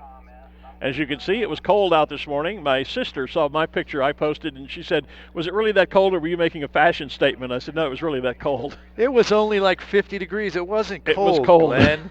It wasn't cold. So the Dawn Patrol show on Mass Ascension mornings. There's the laser light shows. shows we were talking about earlier, yeah. Yeah, so the Dawn Patrol show on Mass Ascension mornings is an entire choreographed show. Music, announce, balloons, light the burners up in fashions, all burns, kind of a mini balloon glow in the sky here. And then, of course, we got our national anthem started off and a flyover by the Chili Express. Yep, and there's, of course, our presenting sponsor, Canon, the balloon flown by John Petron. And there is Chief Justice Judy Nakamura in the Fiesta balloon. They were the 2 balloons of the day. A couple of those shots from that Fiesta balloon looking back on the field there. That was Kim Vesley, wasn't it? Kim was getting those shots for us this morning, yep. And then the Krispy Kreme glow there going on. The Krispy Kreme glow, yep. That follows our Dawn Patrol show. And then here is the Mass Ascension this morning. Honeydew, that blue one with the multicolor around the equator there. We didn't get to talk about Bill Walker this morning as he took off. That's some great video from this morning's flight. And as you could see from the video, what a beautiful flight it was this morning. Oh, it was just fabulous. Awesome. And some of the pilots I've talked to and heard back from all had fabulous flights. And of course, anytime you get up in the air and you just get to fly around, it's just a great time. Look at that glow. Yeah. Isn't that something? Yeah. Who said we don't do good glows here? Yeah. That's a sunset for you there. That is a fabulous The other thing shot that's there. new here that people may have just noticed is we actually, when they came to that shot of us on set, we're lighted this year. We have lights. We can see. Right. And sadly, people can see us. But that's it. But yeah, we can actually see what we're doing up here at the night sometimes. So well, and we should cool. a shout out to our production company, Windfire Productions. Absolutely. Here. Gary Williams and the rest of his team here have just done a fabulous job of planning and putting everything together here. As the executive producer, I said, can we do this? Can we do this? Can we do this? And they've come through on every one of those for us. Should I spin my chair around? Should we do that? If you'd like to spin your chair around, I think it'll spin 360. Let's see. Yeah, you're gonna. I can do this without stepping on my briefcase down here. So you'll have to come back to the talent camera here, guys. And so yes. I mean, we feel like rock stars we this even year. treat the lead announcer very well Oh, here. now, don't say that because your chair is just like mine, buddy. It is. Mine has it on the back here as well. You're not throwing me under the bus like that. Come on. That was one of those things that when as I picked out these chairs, I realized there was this bar there hanging there, and I said, we just need to put the names on the back. Well, that was cool. I didn't figure anybody would see them except our team. But well, I figured as long as we're on camera, we might as well do that. It's nice to feel like a rock star, even if we're not. But yeah, with what did I, 134,000 people tuning in this morning. We're and, playing to a pretty big audience, that's true. We really are. So probably more so than we're actually on the field this morning. And we had a big crowd here this morning. Yeah, we did. As I said, that reminds me, I've got to get in touch with Joey because he's going to be our photographer in the morning. So, Joe, if you're watching, we need to see you about 6:30. Yeah, Joey Scarpinato, if you're watching, or any of Pat Harwell's crew, tell him we need to talk to Joey so we can get him with the camera kit for tomorrow morning. And I'll call him when we get finished here. We should also talk, there is another new thing here at Balloon Fiesta, and that is we have a drone flying around here. Yeah. And we need to talk about this in a couple of ways. One, it's providing us some great video. We haven't been able to get it on the air yet. We're going to get that happening here in a day or so. But the idea is that a drone is an aircraft, and Balloon Fiesta is an air show, in fact, and we have what's called a TFR, or temporary flight restriction, for a 4-mile radius around Balloon Fiesta Park. What that means is no aircraft can be in that airspace, that 4-mile radius, unless they are registered with the Balloon Fiesta and ultimately with the FAA, the Federal Aviation Administration. So drones cannot fly in this TFR during Balloon Fiesta. Well, in order for us to get some great pictures, we have made arrangements with a drone company to be able to fly one drone here. So they are registered with the FAA and with Balloon Fiesta to be able to provide that drone footage. So if you were thinking of bringing your drone out, or you saw the one flying out here this morning, the idea is don't bring yours, because the other thing we've put together is it's called Aerial Armor, I believe is the name of the company. It's kind of like a spy software almost. It has the ability to detect any drones in the air, and not only pinpoint where the drone is, but where the operator is. And the idea is if you are flying your drone in our airspace under the temporary flight restrictions where you're not supposed to be, that software will detect that you are here, and your position and all that information will be turned over to the FAA, the FBI, all of the law enforcement agencies to deal with your infraction of the FAA imposed TFR. Is there enough acronyms in there? I don't know. Could you throw in a couple more? I got lost. I didn't think there were that many letters in the alphabet, to tell you the truth. Well, we just keep using them over and over again. So we hope to be able to bring you those fabulous drone pictures. Please do not attempt to bring your drone out here. We will attempt to find that, and you could be cited to the full extent of the law for doing that as well. So thanks for your cooperation with the drone. When we get that footage, Balloon Fiesta Live will be the place you'll be able to see it, and we'll be using it in marketing efforts in the months and years to come as well. Yeah, on the Facebook page, I see Diana Beck says, I see kites flying, no flight.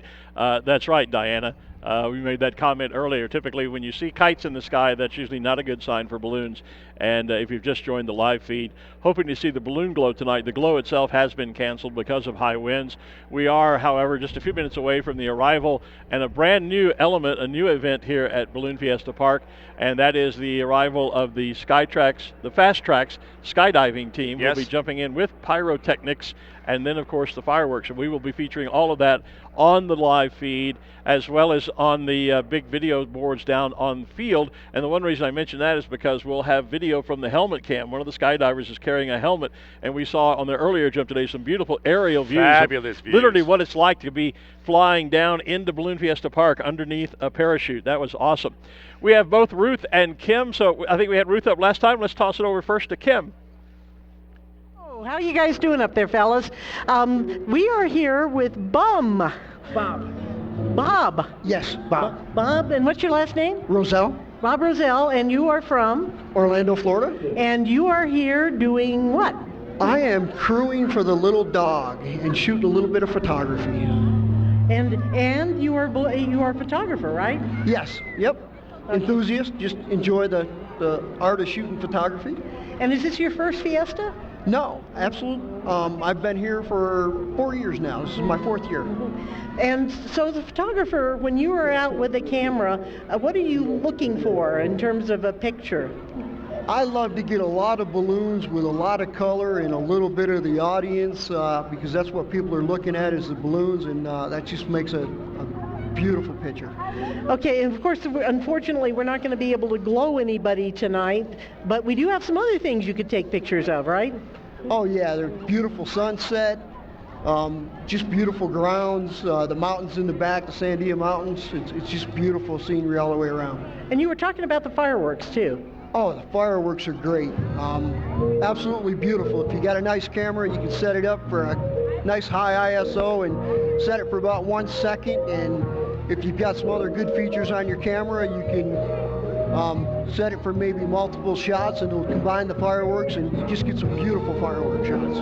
Well, as you can hear and see from the lights on our faces in the background, the band is starting. Yes. So we'll enjoy some music over here, and got a lot of people sticking around to see the candlestick and the fireworks and the jumpers. So it's still a great time out here. Well, thanks, Kim. And no candlestick tonight, just to correct Kim quickly. The Balloon Glow has been completely shut down. But we are waiting on the arrival of Team Fast Track, skydiving, and fireworks. And Ruth Lind also has a guest on the field, so let's come back up our direction and pitch it right out to Ruth. Hey Glenn, I have Damian Arias with me right now, and unlike most of us who come out here for a week or two during Balloon Fiesta, Damian gets to work here all the time. This is his real life job. What do you do, Damian? I work field crew, and we just get the whole field set up. From the fencing, the painting, electrical, banners, flags, operating heavy equipment. You have a big job to do. You were telling me you've been here a long time today already. How many hours have you put in today? I am going on 16. Oh my goodness! I thought we kept long hours. That's dedication. I think that's real dedication. What do you think about Balloon Fiesta? It is just an amazing place to be.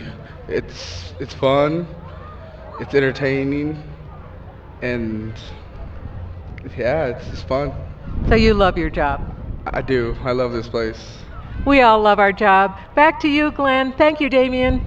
Thanks, Ruth. Thank you, Damian. And we do all love our job. We do. This has been my job for 29 years, and I wouldn't know what to do the first 2 weeks of October if I weren't at Balloon Fiesta. I'd be lost. So while it's only my 5th year up here on the tower with you, I've been here for about 37 years. Long time. I've done all kinds of different jobs out here. There's a couple that I haven't done. I haven't been a safety official, and I haven't been a launch director. And I think those might be the only, well, and of course, the guys who put the fields together. And you've probably never been a zebra, because I don't think you would look good in black and white stripes. I don't think so that either. So, those are some of the hardest working folks out here. They as are, well. And we should point out that many of our zebras, our launch directors, we call them zebras because when you see them out around the field, they're in black and white, sort of originally referee uniforms, yes. And now they take on all fashion of zebra stripes. And that's where some they will got the tails nickname. and hats, and some they get really dressed up. Zebras that they bring out with. I mean, it gets really crazy and creative. But what people don't realize is that many of those folks are balloon pilots themselves, yes. local balloonists who give up the opportunity to fly and enjoy Fiesta as a balloonist and to work and volunteer in service of the pilots who come from all around the United States and around the world to be here and participate. They help make this the safe, wonderful event that it is, but they literally stand down and give up the opportunity. Yes, they do. They could be here flying themselves as pilots and having fun, but they volunteer here to work, and that's a great sense of dedication they have. And while we call them and lovingly call them zebras, yes. they technically are launch directors. That's true. So they are the ones, pilots cannot take off from the field without a thumbs up from a launch director. That's right. Because with trying to put 550 balloons in the sky all within the matter of a couple of hours, technically this becomes the busiest airport in the world for those 2 hours. That's I mean, true, nobody yeah. else puts 550 flights in the air I don't that think fast. So. And we should also mention real quickly, though, because I just love the name, or the, what was it you were talking about earlier with all the different initials? The, I can't think of the word. All the acronyms, right, yeah. Well, we also have ZITs. Yes, we do. And a ZIT, for those of you that don't know, is a zebra in training. Yes. Yes. So if you're and they tend to have red hats as opposed to the striped ones. Okay, so yes. it's like the yellow rookie stripe in NASCAR racing. Yes, they have exactly. A red stripe. Okay, exactly. That's they tend good to have know. red hats to do that as well. And so those are our ZITs, and we're very proud of them as well. But I just love that name. That's kind of fun. I was talking with one of the zebras, one of the launch directors, just kind of casual conversations talking about being one. and she had a pedometer on her wrist or her body last year and walked 69 miles Oh my gosh. in the 9 days. And she's only got a couple of rows, but you can Yeah. imagine back and forth. You check in with a pilot once to make sure that they understand what the launch sequence is going to be that day. Then you come back and give them an update. Then you come back and see if they're ready. Then you're going to come back and actually give them the launch. And you're doing this for a couple of rows, 22 or so more balloons anyway. So it's They're there's a busy- whole lot of they're- walking they're going back busy on there. people. Yeah, they are. They very are. And they're also out here for the glow as well, not so much launching balloons, but helping our pilots understand, it's time for an all burn or whatever type the burn is, to kind of help with communication and a little bit of crowd management as well. One of my favorite memories of my past years here at Balloon Fiesta was one year I was having an issue with one of my eyes, and I was having double vision, so I had an pirate patch. Yes. I had an eye patch on, and the zebras caught me down on the field and striped my black eye patch. So I had a zebra striped eye patch, and that's one of my favorite memories of my interaction as a non-pilot after the years I flew here. Sure. As a non-pilot, one of my great memories of interaction with our zebra team. They're great people. They definitely are, and they're definitely very hard-working folks out there. And as you said, all volunteers as well, many of them pilots giving up the opportunity to fly here at Balloon Fiesta. So do we have an update on the arrival time for Team We're shooting for 7:45. 7:45, okay. The turnaround time from here, from them landing about 6 to get packed up, out of here, back to the airport, repacked up, arming all the pyrotechnics that they're going to do. They were hoping for 7:30, but they're thinking 7:45 is going to be more realistic for that to happen. Okay, so that means our fireworks would be closer to 8. Yes. 8-ish, and I see Barbara Hamlin just commenting on Facebook saying that they did say they were going to have fireworks in less than 30 minutes. That was probably me. Yes, so I think you jumped it just a little bit. And my apologies for that. So fireworks are going to be closer to 8 o'clock, and so that's about 50 minutes away. So a little bit longer time frame than I had anticipated. And it may things may move a little bit faster here. Well, everybody's trying to compress the time frame here to make it happen. Actually on the availability of the skydiving team, because they're the critical element, since they have to get a couple of the chutes repacked, get back in the air, get overhead, and then lined up for the jump. Right. So that's really the critical factor and the time determining factor. If they were up and ready to jump now, I'm sure we could move things forward, but surely they're not. So. But and they actually are flying out of Albuquerque International. So it's we have 2 airports here. Albuquerque International. There's Double Eagle Airport, which is out on the west side. Okay, so I thought they would come out of Double Eagle. Well, we thought so too. What they told us is that the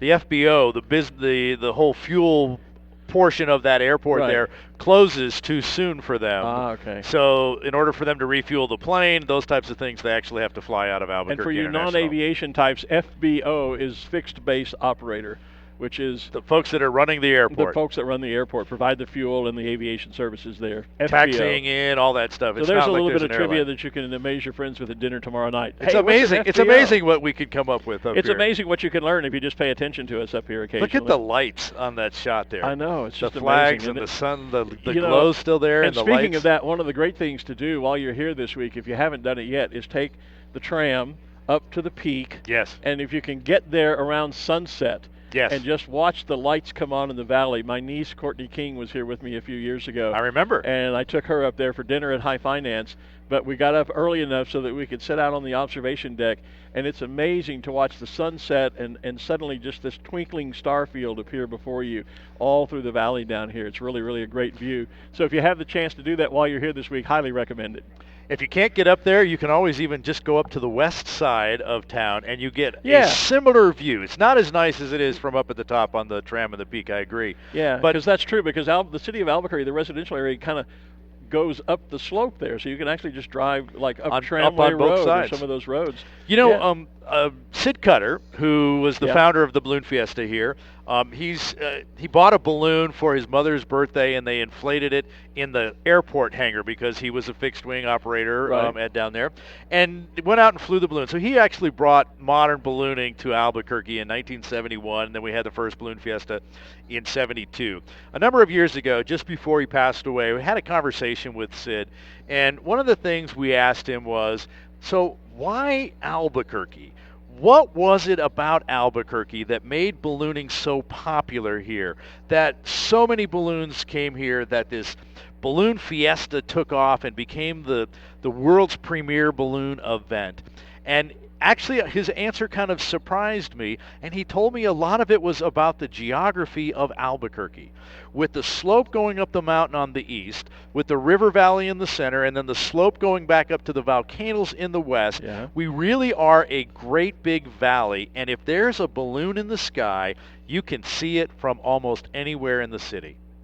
And the idea being here that in many other places, if you're at a flat place and there's some trees, you don't see very far before a balloon would have to be very high before the curvature of the earth gets in the way. We're actually kind of, if you think about it, in a bowl. A big valley bowl? Yes, bowl. yes, So the balloons, exactly. when the balloons launch, people who are up on the higher elevations of the bowl can see it. So that's what, and when you really think about it, I live on the west side of town here, and I get up and I can see balloons all the way over here by the mountain. People over by the mountain can see balloons flying in the valley or up on the west side. Yeah, and you're right. If there's a balloon up, you're going to be able to see it from almost anywhere in town. And your point is absolutely spot on, because I live just outside of Shreveport, Louisiana, and I know when I flew there, and we have several friends, several guys that fly balloons there, and unless they launch from the airport that we live on, they can be in the air, and I won't see them from anywhere in the city, because it's just flat, and you don't have that advantage of viewpoint. And so, not really my point, but Sid Cutter's point. The man was just a marketing, chamber of commerce guy. He really... he put his heart and soul into this. He did. He used to always say that he knew there was money in ballooning. Because he put it there. Exactly. Yes. You've heard him say that. You have heard him say that, I know. Sid and Jewel both are very dear friends. And, sure. And yeah, in fact, saw Jewel Friday evening over at the Hall of Fame induction ceremony at the museum. So yeah, I've heard that. I've heard Sid deliver that little message more than once. Yes. Hey, we're waiting on the arrival of Team Fast Tracks, our skydiving team, which is a brand new element to Balloon Fiesta, and we have video. Here it is now from this afternoon's earlier jump. Take a look at this. So jumping high from the sky, the four of them, two of them just kind of jumping in. One with the huge American flag. There's the flag right there. And so they're that green space there is that's Balloon us. Fiesta That's Park. Balloon Fiesta Park. That's me right down there. Yeah. So and that just kind of working on their chutes there and making sure that so there's one of the others out there. Yeah, he's reaching up to grab the shroud lines, and by controlling those, you can pull or dip one side or the other, and that forces the chute to turn. And so that's what he's reaching up to. It's kind of a maneuvering event like we have in balloons.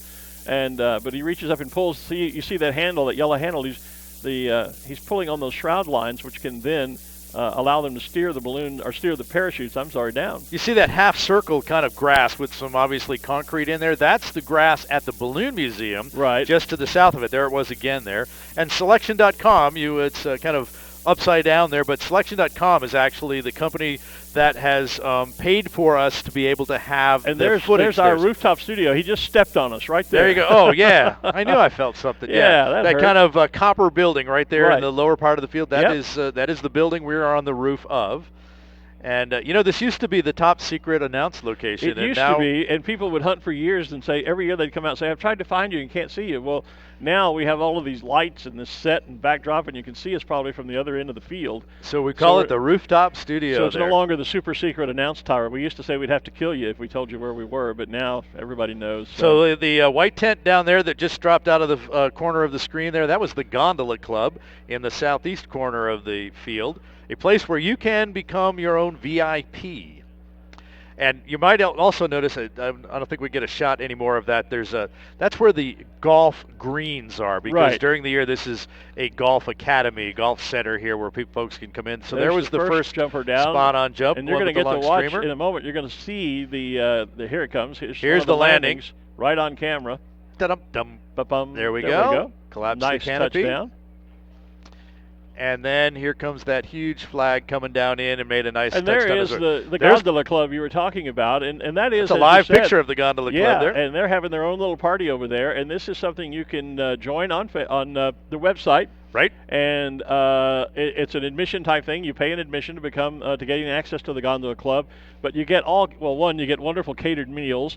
You get your own private little veranda, if you will, to sit and watch all the ballooning activities from. Close parking. Close-in parking with a shuttle cart to bring you from your vehicle, from the parking, into the field, into the gondola club. And around the field, too. And they take you around the field. If you're going to do some shopping, they'll take you around. It's a great deal. It's actually better than being the announcers, to tell you the truth, I think. And they have a number of volunteers that we've talked about, navigators before, called ambassadors, who are balloon experts, many of them themselves pilots or ex-pilots who can talk about ballooning. My wife is one of those. She took a number of people out into the field today and introduced them to pilots and let them get up close and personal with the balloons, because you have not only a great view from there, but you have great access to the field as well. And, there's a similar opportunity here as well called the Chasers Club. The Chasers Club, yes. It's all the way at the northeast corner of the field.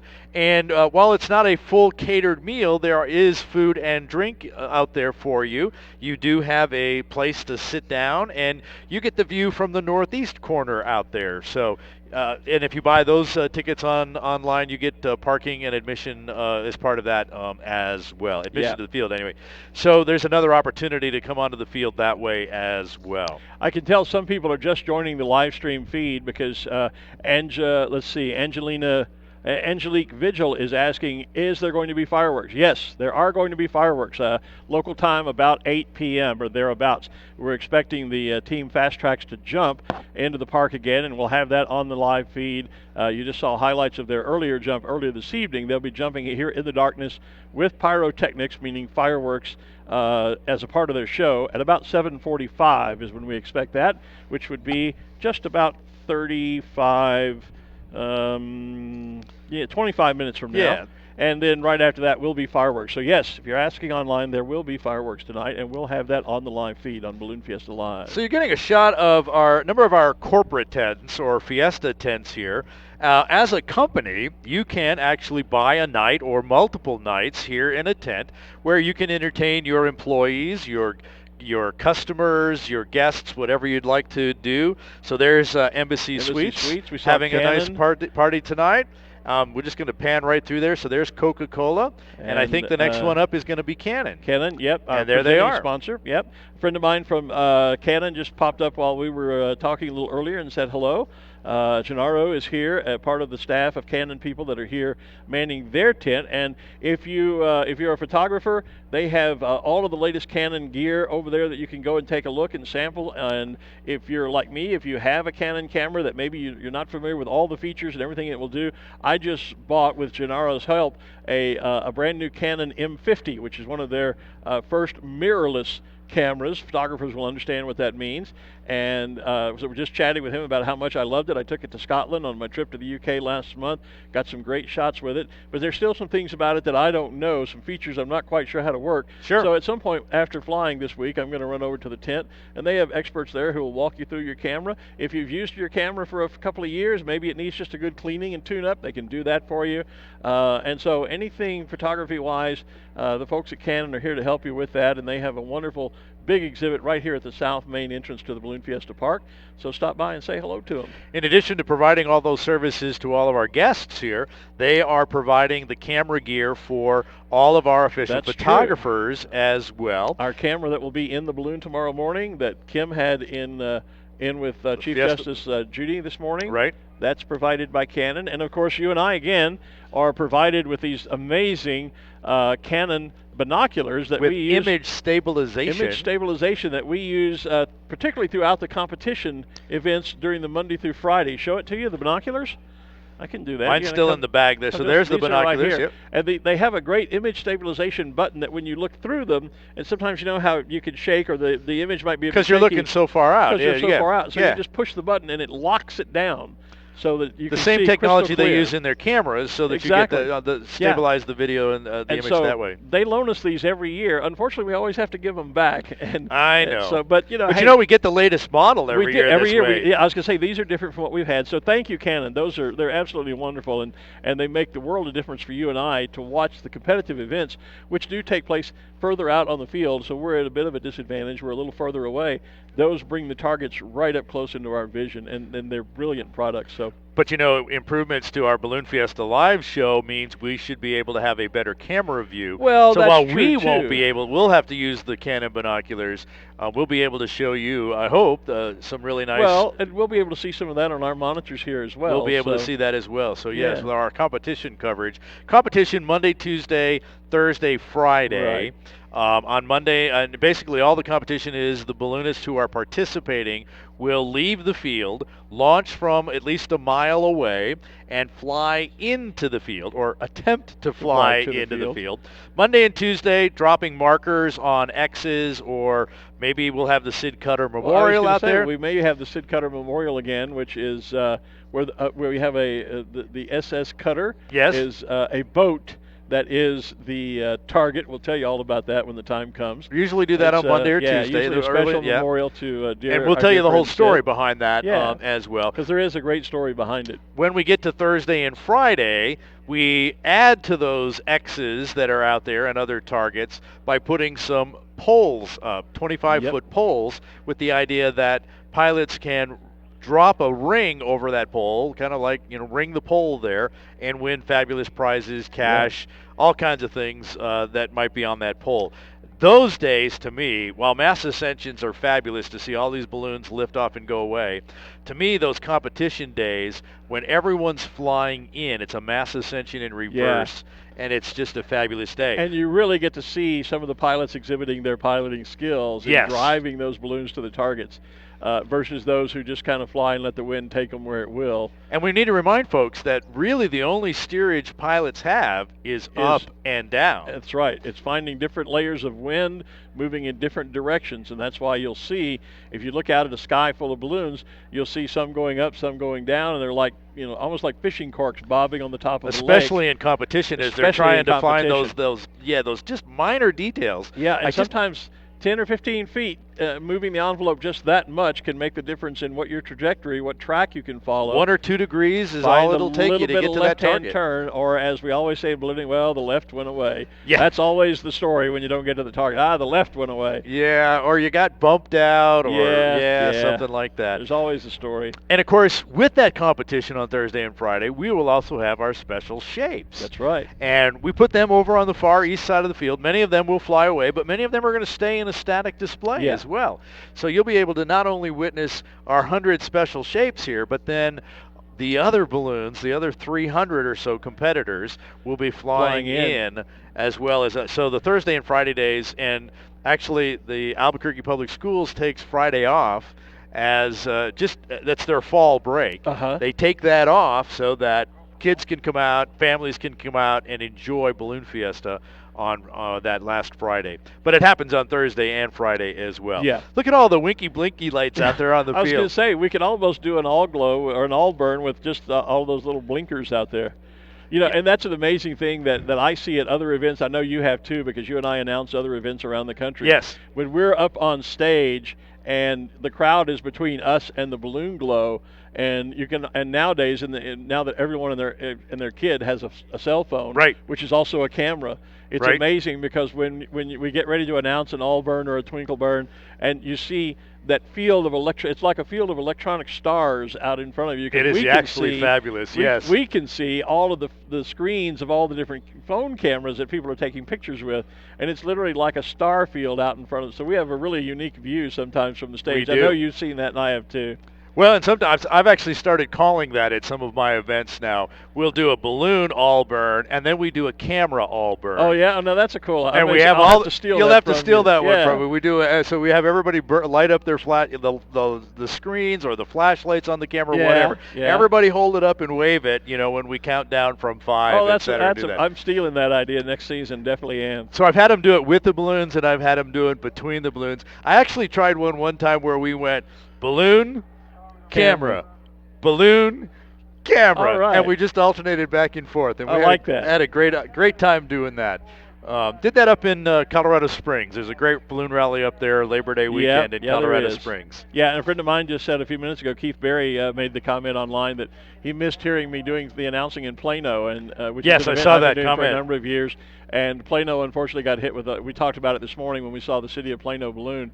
They got hit with an incredible several days of rain, and the event was rained out, and so we got to spend the weekend sitting in the hotel, and I did not get to announce Plano, and I did not say then. I have told Plano since I was actually going to make this my last year doing that event, but next year's the 40th year, and I've been got to be there for that one. Yeah, I've been with them for 25, 26 years now, and so, but I've given the staff the alert that next year I'll do the 40th, and that'll be my last year as the voice of the Plano Balloon Festival. So, but yeah, I missed doing Plano as well this year. But you went and got wet. I did go and I got wet. Yeah, that was.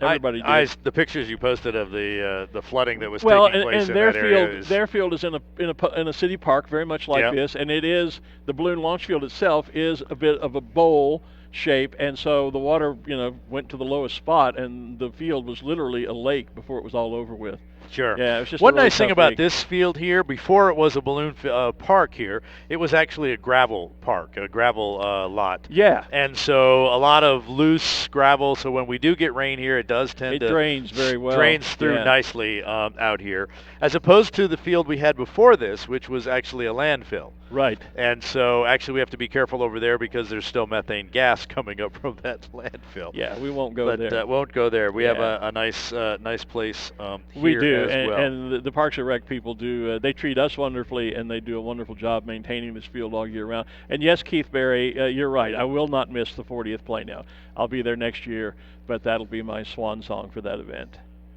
So you'll have to pass the torch, huh? Well, and yeah, I will, and I think you know where the torch is being passed. Well, we'll see how that all works out. Yeah, you know, I've given them your name and contact, and I know you've already spoken to Joe Vai, the executive director there, and so.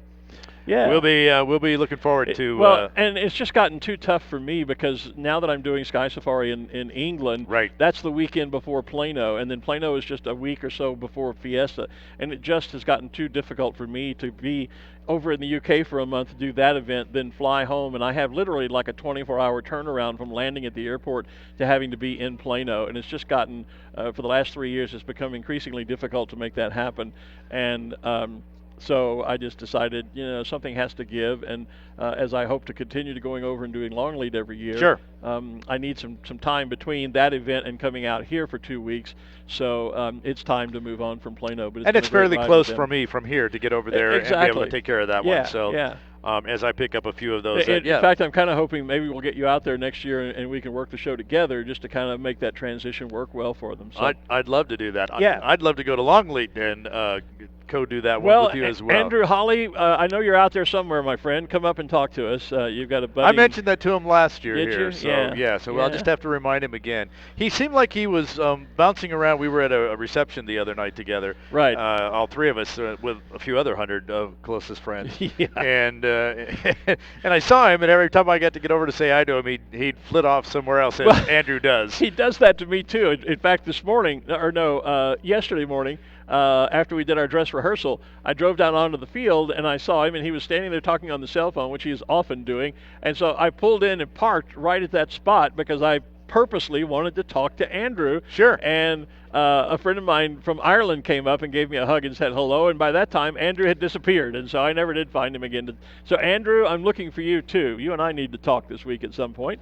But yeah, you'll have to talk with Andrew about coming over. So there's to a nice Long shot of the Balloon Museum off the back there that almost looks like a balloon there with the big V, the glass V window there. That is actually the design to look like a balloon from being inflated, kind of inflated from this side. If you were to look at it from 90 to the side, it looks like it's being cold inflated on its side. It's like a balloon laying on its side being cold inflated. Beautiful design.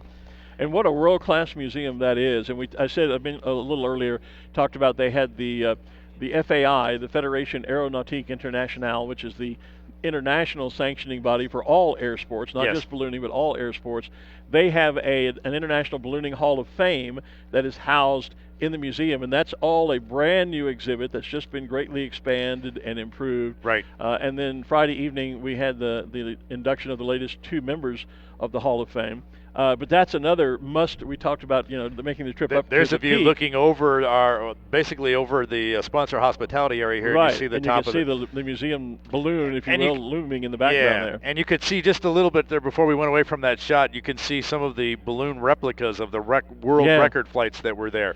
But it looks like we're starting to get the laser light show moving here. Looks like it, yeah. You can see it there on the live feed if you're watching. But the Balloon Museum is a must-see spot as Definitely. well. Yeah, definitely there as well. So the laser light show does seem to be going on here. We have a nice view on the feed. If you're on the field and you're near the center of the field, you should be able to see it above you. But you can also check out the video walls on either side of the main stage, which is basically dead center over there on the eastern edge. You'll be able to see the laser light show there as we are seeing it on our monitor here. And that's something that came to us about 3 years ago, I think, or 4 years ago. And so we continue to work to improve that show here as well. And I had never seen it. I was always up here on the on what was then the super secret announce tower. And I kept thinking, all right, what's the big deal about this laser light show? I'd never seen it. And then one morning you took over and did Dawn Patrol. So I went down on the field and saw Dawn Patrol from down there. And it was like, oh my gosh, there's a laser light show. It was like we're just high enough that we're above the lasers. Yeah, we really so can't that's why see it we don't see it. Yeah. Yes. So, but I had never seen it, and I thought, well, what's all this talk? What's the big deal? I've been here a couple of years, but I haven't seen it. And it's not a big. And I went down there, and it just blew me away. It's just awesome. So it looks like that's one of the lasers we're getting a shot of right there, that we're being able to see the actual laser there shooting out and doing its different patterns. Of course, we do this not only in the evening, but we do this in the morning. So there's even more laser lights going off there. We do this in the morning, and we moved the time this year. The laser light show now goes on at 6:30 in the morning, which coincides with the Krispy Kreme morning glow. Right. So now we have balloons to bounce the lasers off of, as well as just kind of shine them up in the sky. I thought you were going to say we had donuts to bounce the lasers off of. No, because the crew eats the donuts, so we bounce them off the balloons. Darn. The picture of the one on the Krispy Kreme. Yeah, well, I think that's a new banner for Krispy Kreme. I don't remember that donut on the Krispy Kreme banner now in that you years mention past. it, I don't either. I just think it was the logo, the script Krispy Kreme was I think that's all it was, and now there's a nice big donut on it. Now they're tempting it. We were discussing this morning how long would it take to eat a donut that size. Yeah. And I think both of you and I volunteered to try, and no one's shown up yet, so. Well, we might just have to settle for running over the Krispy Kreme concession over there on Vendor Row and picking up a dozen. Yeah, but we could maybe do a world record attempt, if we took a donut that big, and maybe our production team and Ruth and Kim and you and I, and we could make a meal of that one big donut, it seems. Yeah. So hi down there in Alto Ruidoso area. Thanks for joining us on the Facebook feed here. Yeah, Monica says, wind, go away. Monica, we share your pain, darling.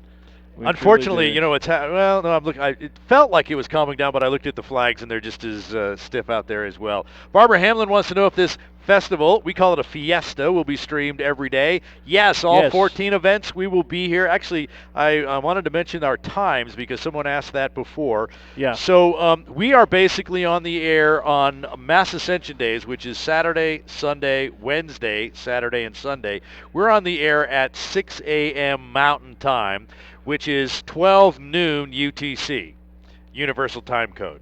And then we on the Now, wait a minute. Because I live in Louisiana. I'm in the Central Time Zone. Yes. And there's a 6-hour time difference between me and the UK, which is where UTC is at. Yes, except that London and much of the UK goes on daylight savings time, which moves them off of UTC by 1 hour. That's right. You're right. They're on British summertime. Yes. Just like we're on daylight saving. Yes. Okay. Because I was saying, well, there's a 7-hour difference between us and them, and so it wouldn't be noon UTC. It would be 1. But you're right. I didn't think about British summertime. I struggled with that concept because I forgot all about British summertime. Yeah. And so as I played with these times, I did exactly what you did here. How can that be?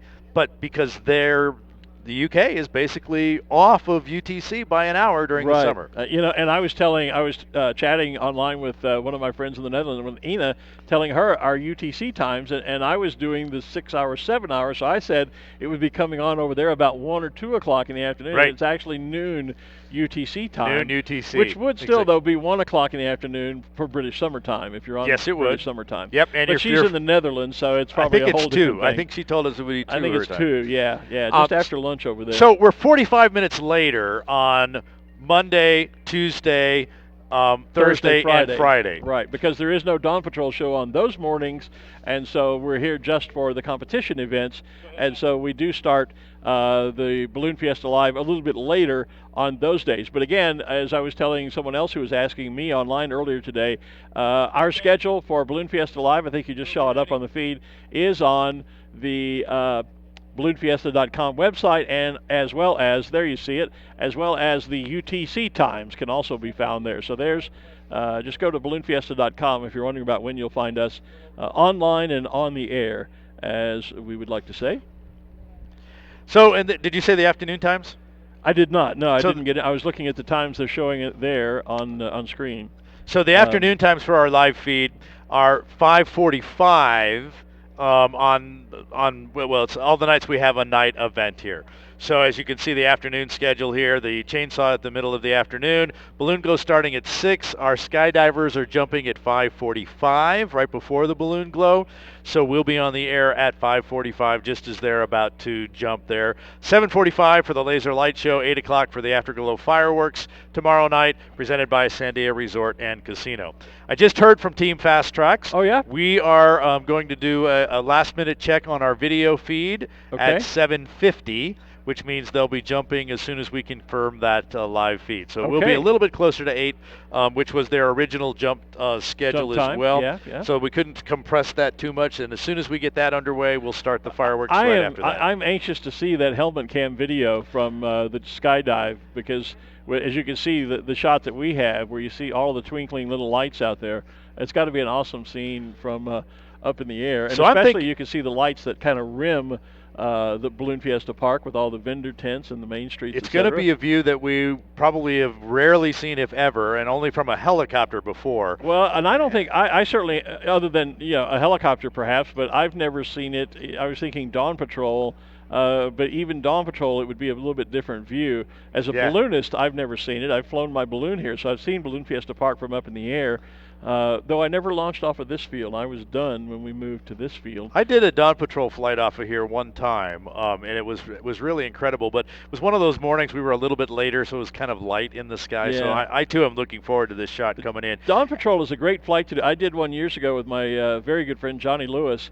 We were in, there was actually an event in Danville, Illinois, that used to, for a couple of years, ran a Dawn Patrol competition where you launched pre-dawn and flew to a target and dropped markers on the target, all while competition flying. In Dawn Patrol. Yeah, so but it was as you were saying, we flew a little bit later towards sunrise. So there was some light in the sky. So that by the time, especially by the time you reached the target, there was some sunlight in the sky. It wasn't total darkness. So you know what I'm thinking here? When Team Fast Track drops in here and we have that helmet cam view, I'm thinking we should see how many spectators we can have turn their lights up towards that camera. Well, their phones do and that their cameras. Camera thing you were talking talking about. We'll do that about. camera thing, and we'll see if we can't shine that up. So here's some pictures from Dawn Patrol show this morning. So that's a great idea. Yeah, we'll get those of you that are out on the field, get your phones ready and have your flashlight feature, which most every phone has on it nowadays. And if you don't, you just light up the screen and hold it up to the sky so that we can see that. And that we've got 15 minutes to figure that out. To see if you can. Maybe we should do a countdown to an all glow. An all camera glow. All camera glow. That might be fun. Yeah, and we'll see if we can't pick that up on the live helmet cam coming in from Team Fast Tracks. Brought to us by Selection.com. There's some great pictures of the laser lights going on there, and folks enjoying those. So I'm just reading some of the comments on the Facebook feed here. Deborah Payne saying she's now making plans to make this event next year for the first time. So Deborah, we look forward to welcoming you out to Albuquerque next year. We see a lot of that on the feed. People say that, telling us who have been here in the past or are planning now to come, and that's a part of why we're sending this out worldwide, is to grow the audience for Balloon Fiesta and bring more visitors here to Albuquerque, to New Mexico, to the land of enchantment, to see what a great place this is to visit, to be a tourist in, to take part of this event. So absolutely. And to continue to drum up support for the sport of ballooning as well. Absolutely, because there are ballooning events all around the world. Particularly, a real hot spot now is actually in Southeast Asia, in Thailand, Taiwan, areas like that. Ballooning is, of course, very popular in the UK and in France and Germany, different places around Europe. The World Championships just in Austria or Poland. I forget now which one. I think one of the Junior Championships was in one, but Junior Championships were in Poland, so the Worlds were in Austria. The Worlds were in Austria. So all throughout Europe, there is a great ballooning community, and so yeah, it's all about promoting the sport as well and helping it to grow. And of course, the BFA, the Balloon Federation of America, is also having a great effort going on here to bring more young folks into the sport of ballooning here as well. Yeah, we have, the BFA has a youth program called Junior Balloonist, and we now have a new program called Aeronauts. Our junior balloonists. That's the one I was actually thinking of. Yeah, our junior balloonists are, and I should know this, but I don't. It goes up to age 13 to 17, I think, that's right. Yes. And then 18 to 30s are now a group we call our Aeronauts, and it's all, and they had their own private little party out here. Or they're going to tomorrow. It's tomorrow. Sunday, it's tomorrow, right. Special party, and none of us, we were talking at the BFA board meeting on Thursday, all of us are, unfortunately, are well over 30, and we were kind of joking that none of us are invited. Yes, because you're over 30. I'm the editor of the BFA's official publication, Ballooning Magazine, and I'm not invited because I'm an old guy. And the whole You'll party. You'll have to sneak in with some media passes to take pictures. I think they've got some young bouncers that are going to be at the door to keep all us old folks out. But yeah, that's a couple of the efforts that are underway to bring young people into the sport of ballooning. The BFA also operates youth camps each summer. Right. We've had as many as 3 or 4 any given summer. Albuquerque is, there's been one here now for 2 years. I think there'll be another one this coming summer. We're scheduled again this summer. Yep. I've been involved with that Have you? Here, and it's just been a fabulous experience. 25 campers. I think we're dropping to 20 this year, but just kind of spread it out here. And yes, they spend 5 days, 4 or 5 days, with hands-on experience with ballooning. They come out to Balloon Fiesta Park, actually. Right. They get burner time, they get crew time, they get tethering time. When it becomes more of the midday, when it's not good flying time, they usually have their classes at the Balloon Museum, and they learn about weather. They get a trip to go play with fire extinguishers as they learn about that kind of safety issues. Right. Go to a repair station, what it takes to build a balloon and repair one. I've even seen some sessions at some of the camps where they actually have a target, and the students will get up on like a second floor balcony and throw markers at a target to see what competition is like in ballooning. Because it's one thing to fly your balloon there, it's another thing to throw the marker on the target.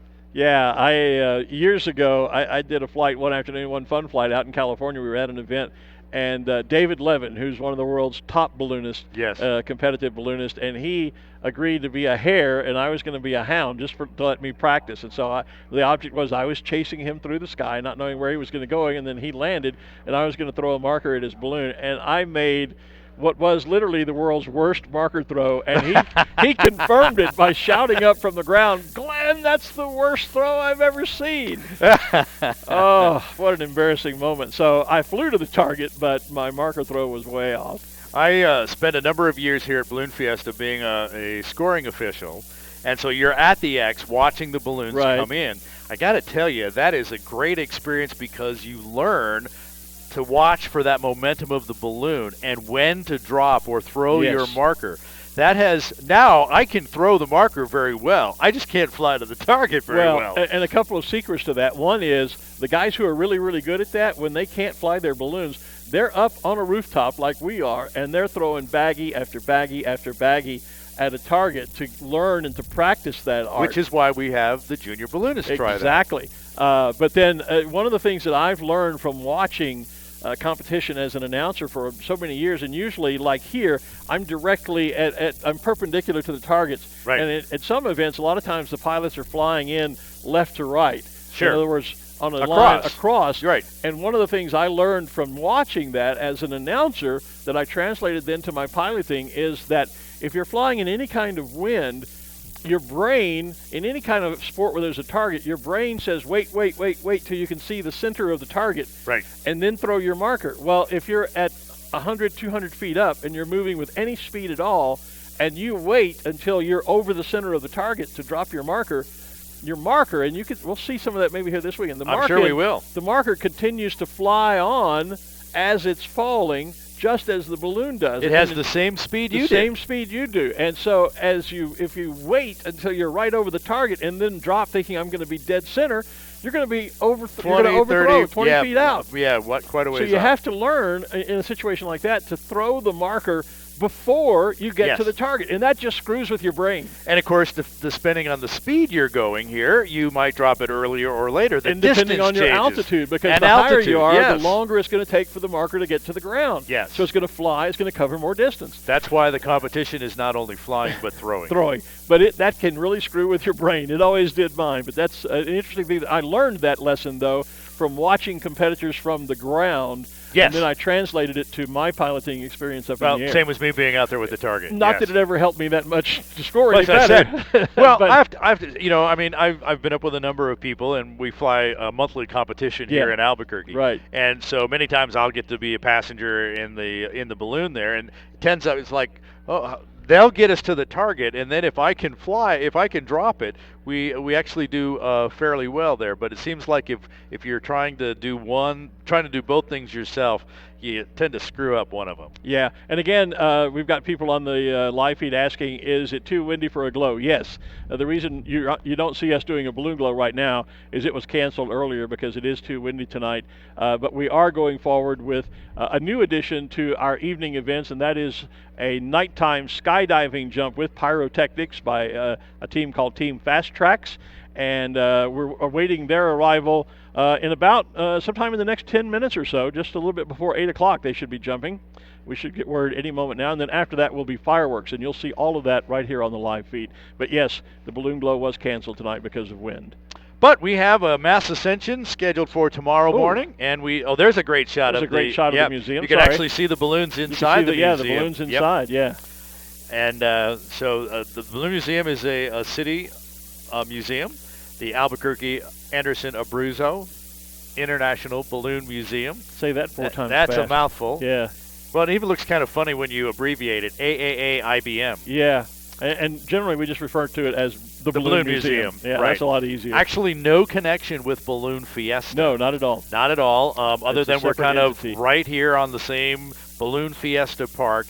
And obviously, there's great cooperation between the two entities. I have a video running in the Tim Anderson Theater you in do there. A lot of work over there that as a volunteer at the all museum. about Balloon Fiesta. So, and Paul Garver, who's the museum director, and Mary Lee, who is I think the exhibits director, or was now she's the collections curator. Curator, okay, right. Yes. Both of them good friends. So shout out to Paul and Mary Lee. And so, like you said, a new updated exhibit on the FAI Hall of Fame over there. And there is a fairly new that just went in about this time last year, a whole exhibit on weather and some of the things we talked with Brad Tiemeyer earlier about the micrometeorology, some fire weather, get to experience those. And actually there's a simulator in there that allows you to attempt to fly the Albuquerque box. Right, yes. Which is a really interesting. Which is fun because it is fun. I remember visiting the Johnson Space Center down at NASA in Houston for the first time, and they had the simulator where you could sit and fly try to land the space shuttle, and I crashed. Oh yeah. I crashed and burned every time. There is actually 2 simulators in the Balloon Museum on most of the time. There's the one where you're actually flying the balloon and you're actually pulling on a burner and a vent, and then there's the one I was just talking about where you're just kind of pushing some buttons to fly the balloon in the box. Right. The one where you're pulling on the burner and all those other things gets moved to the Balloon Discovery Center. Oh yeah. Out here on the field. Okay. So one of those tents, the big L-shaped white tent on the far northeast corner of the field we talked about, the Balloon Discovery Center, great place to go out and check out all things ballooning and aviation. And the balloon simulator where you can actually attempt to fly the balloon there. And it's actually a competition. The idea is, can I fly this balloon to that little X, and you get scored on your takeoff, your landing, and how close you how actually fun. got to that. I'd be a little afraid to go down and try that. I'd probably crash and burn that just like I did the space Well, shuttle. and you have a very, with that simulator, you have a very limited amount of fuel. Aha. And so you also have to do some fuel management, which we don't usually talk about. I mean, pilots have to deal with that every single flight, but it's not something that most people think about there. So it is definitely something to go check out, the Balloon Discovery Center. Another quick shout out to my friends Ken and Marianne Lair. Ken has the distinction of being the only balloonist that I taught to fly, and he survived the experience. So Ken, nice to see you, and Marianne. Nice to hear from you and Marianne. And Mark Jacques sends his greetings as well. Mark and I were just in Plano together. We were also over in Scotland together. You may or may not know that. Mark is a longtime friend of Ken and Marianne as well. But yeah, Ken was the one pilot that I taught to fly, and after doing that, I learned very quickly when I had to be the instructor flying in his balloon and let him fly. There were just great days when I thought, gee, I want to take that burner because I wanted to be the pilot. You wanted to be fly. it, yep. And that's when I knew I was not going to be a good instructor. So I got Ken through the process. He survived, and and I got out of instructing. Obviously, a good call by our officials tonight because of the winds. Yeah, usually look at the feed. You see the flags. That's exactly there. where I was headed. It just didn't die, as Brad had said we hoped it would. The temperature did drop, but the winds did not.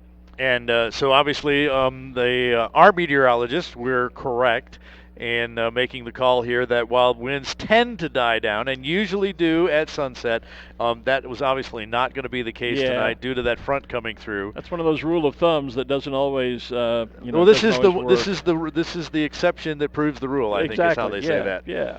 So, but yes, you can see it's definitely doing that. The good news here is that hopefully it's going to blow through here tonight. We should have a great morning in the morning. Yeah, and somebody was asking earlier, how does it look for Sunday? And I hadn't heard, so I'm glad to hear that. Well, and you know, we talked about this earlier. It's one of those things that, and it's a forecast. It's somebody's best guess as to what's going to happen. You can't make a decision tonight on what we're going to do tomorrow morning because we just don't know. As Brad talked about, there's such a microclimate here that you really have no option unless it's just absolutely pouring, storming down. Right. You can't have the option to call things off early. You've got to come out and see what the weather is doing, see what it's going to do over the next hour or two, and then make a decision. And that's what we do every morning. And sometimes, it will look bad at a certain time, and then the sun will come up and things change, just like when the sun goes down. Tomorrow. And boom, it becomes a it becomes a beautiful day to fly. Sorry, I just had. And there's a lot of discussion among some pilots here because you talk to your crew a few days before you're going to fly, and you get them set up to meet you at a certain time at a certain place, and then it's kind of like, the night before, maybe it doesn't look so good. Right. Do you call it off or do you go out there? Yeah. And usually your crew will call us. Well, what are you going to do? Are you going out in the morning, or can we sleep in? So. And many pilots are going to say we're going to go out and we're going to take a look, unless, as you said, it's really storming or something along those lines, and there's just absolutely no way that might happen. But there are some who will call it off, and then they say, "Dang, I should have gone out and flown because it was a beautiful day to fly." Yeah, Ken just says, "Thanks for the update. You did a great job as my instructor. I've survived all these years," and yes, he has. And I'm not sure how much. In spite of you. In spite of me, yeah. I think it's more in spite of rather than thanks to. But Ken, it's great to hear from you and Marianne. Hope you both are doing well. So we should just be a few minutes away. Yeah. Do you have radio contact with the jump plate or anything? No, they're having conversations with someone who calls me on my cell phone. And so we were supposed to do a live video test. Did that work? Do we have it? Are they there? Haven't seen them yet. So they're talking. We're still looking for the link, trying to set up the feed. Okay. So we got to get the plane overhead. Well, yeah, and I haven't heard. We heard him easily earlier this evening, so I've not heard an airplane up there yet. So they were going to do that video test here about 5 minutes ago. The team does these jumps, and each of the jumpers has, I think the least number of jumps is like 3,000 jumps. Yeah. These guys jump all over the place. In fact, because we don't have a night event on Monday, Tuesday, or Wednesday, right. 2 of the team members are actually going to Phoenix to jump on those days before coming back to jump here on Thursday and Friday. So this is kind of their job to go out and do this, and literally going to go away, jump somewhere else, and come back here as well. So many jumps here. They do this. They have a routine down. They take their camera up with a spare battery. They put the spare battery on it. We test the link. Then they put a fresh battery on. So we have great video coming down. Okay. And it's they have got this down, and we are really excited to have Team Fast Track here. And if you're wondering how windy is it, well, take a look at the screen. There you go. That is what we would say a case when the flags are kind of starched. You know, they're kind of like the flag they took to the moon. There was no wind up there, so they had stays in the flag to make it look like it was blowing in the wind. These flags don't have stays in them. Those are literally blowing in the wind. And they are right along with the answer somewhere, but we won't go there. They are right outside the Sid Cutter Pilots Pavilion here, which a building that was brought up 4 or 5 years ago. I think Has it been that long already? 4, Kim? 4? 3 or 4 maybe. Years ago? Yeah. Wow. We used to have a big tent. We called it the landing, that we would have our pilot hospitality in, and where they'd gather in the morning with their crews and things. At the end of the week, we have our awards ceremony there, where we crown a new now champion. Now we have this building, and it becomes, as we talked about the field being an event place throughout the year, it becomes an event center. Well, as a matter of fact, tomorrow the Balloon Federation of America is having its annual general membership meeting there. Yes. And then immediately following that is when the aeronauts from the BFA are having their party. The navigators have a party there, I think. Monday afternoon. At some time during the week, yeah. Pilot picnic on Wednesday. Yeah, so it becomes literally kind of a cultural center, off-field cultural center or event center where other events associated with Fiesta take place. A safety seminar for pilots on Tuesday afternoon. Well, there's a great shot of the nameplate, the Sid Cutter Pilots Pavilion. With its address, 4900 Balloon Museum Drive. Yeah. And if you haven't seen the brilliant statue of Sid out in front, I don't know if our camera can get a shot of that perhaps. It's a beautiful statue and a beautiful tribute to Sid. And it becomes the trophy for our overall winner. That's right. A miniature version of that is given as the trophy for the overall Fiesta champion now. So again, we're just waiting on confirmation of our Team Fast Track in the sky here to do their pyrotechnic jump for us tonight. And as soon as they come in, that will be the signal to our fireworks crew, brought to you this year by Sandia Resort and Casino, to start our fabulous Afterglow fireworks show tonight. So we're just waiting for the plane to show up overhead. Amy Grieve commenting on Facebook, she says, I'm just going to give ourselves a shout out here. She says, I love the information that you guys give, and I can't see now all the little emojis pop up, with a couple of, having wonderful conversations with a couple of balloonists about the information that she's learning from watching the live feed. So, Amy, we're glad to be of service. You betcha. I did have a former life as a teacher. Did you? Yes. I've not done that. So, well, your experience was with Ken. Well, yes, yeah. So, I obviously failed, I think, as a teacher, but well, he graduated and lived through it. So I guess maybe that was a success. So that was fine. But my background, and you and I both share a lot of that, as do Kim and Ruth. We all have, as you said earlier, backgrounds in broadcasting. Long before I was into ballooning, I wanted to grow up and be the next Dan Rather. I'm from Texas originally. Dan Rather, of course, became famous covering Hurricane Carla in 1961. I lived through that as a kid. Watched his broadcast on the local CBS TV station where I eventually went to work, and for my first TV job at KFDM TV in Beaumont, Texas. And I was destined. My career path was I wanted to be the next. Actually, Walter Cronkite. I was back in that generation. Sure. But Walter and Dan. And then I discovered ballooning and said, the heck with broadcasting. I'm going to go get full of hot air. So I started as a teacher, but my last year of college, while I'm studying to be a teacher, I ran into a friend of mine in band whose husband was a local radio disc jockey. And I remember playing with that and kind of just being the ham and the entertainer, and went and sat in the production room and played at radio one night, and I loved it. And so when I graduated, it was kind of like get a teaching job, get a radio job, and I got hired as a teaching job, so I did that. But within a year, I picked up a part-time radio job. Yeah. So I was doing both. And I always thought the broadcast role, whether it was news, there was always an information piece to it. Well, of course, as Amy just said, she's enjoying the information, and hopefully we are imparting not only information but entertainment as well. But I worked as a radio disc jockey for a number of years. years and worked in radio and television news. And yeah, it certainly is. It's an information. It's a communication. It exactly. is. That's what it is. Yes. Some entertainment, some information, some mix. Yes. But it's all boils down to communication, and that's what we do here. And so, yeah, it's been a great career. I mean, I had a great run in radio and television, and I've had a great run in ballooning. I don't regret any of the decisions that I made, and it's amazing how my broadcasting background is really what got me into ballooning, because I started announcing ballooning events long before I ever bought a balloon and became a balloon pilot. I see. Becoming a balloon announcer was my entree, if you will, into the sport, and then it was through that and my journalism training that led me to be editor of Balloon Life magazine out in California. And it was when I was hired there, part of my employment package was that the magazine would gave me a loan, helped me buy my first balloon, and what a nice my deal. publisher was also my flight instructor, Tom Hamilton. Tom Hamilton, right? Taught me to fly. So it was a great win-win for me, but it all goes back to those years working originally in journalism, in radio and television. And it was just because, for whatever reason, like you, we both are sort of blessed with sort of a natural gift for gab, if you will. Some would call it something else. We won't go there. Right. But yeah, and that was always my forte in broadcasting and radio.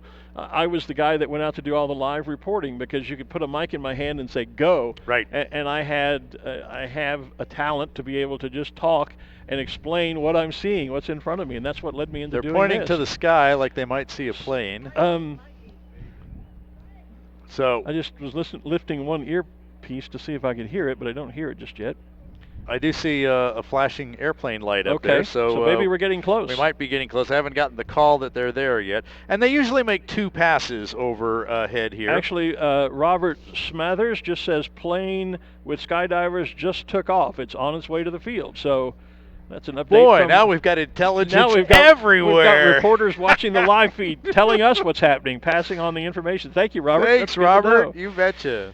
We got spies out everywhere. Everywhere. It can't escape us. So we were talking about this. So I started doing some disc jockey, top 40 stuff. Yeah. And then I got hired to go to an all-news talk radio station. Right. And I was going to do a 2-week fill-in doing the news. The guy came back from vacation and quit. So I ended up with the job permanently, which moved from not only doing the news into doing talk shows. Right. And to do a talk show on Sunday morning from 8 to 10 while everybody's at church, you learn to talk for 2 hours by yourself. Because there's, I said earlier today when you and I both stopped talking, I think this morning, you learn in radio, there's no dead air. You never have silence. There's got to be something going on.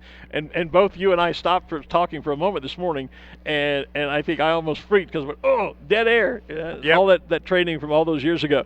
There is the skydiving aircraft. It's in the air. We just had a shot of it on the feed, so they are in fact on their way. So Robert, you're absolutely right, my friend, in telling us they had launched from the airport and are on their way here to Balloon Fiesta Park. So we should be just minutes away from the arrival of Team Fast Tracks. So like I said, they make a couple of passes over the field. This is their normal MO. I'm not sure how this works when they're dropping their streamers to kind of check the winds down here. Right. So we'll have to see how that works. Well, I wonder if they do. In ballooning, we usually can attach a little glow stick to a pie ball. I'm wondering if that might happen as well. Off in the darkness. I'm wondering if maybe they drop a streamer of sort that has some a little kind of stick light on something. Yeah, a little glow stick or something attached to it. There's this other. We introduced them this afternoon to something we call the wind profiler. It's kind of wind radar, and there is a device. It's usually out at our Double Eagle Airport. It's out on the northwest corner of the field, and it does radar of the wind direction and speed going vertically.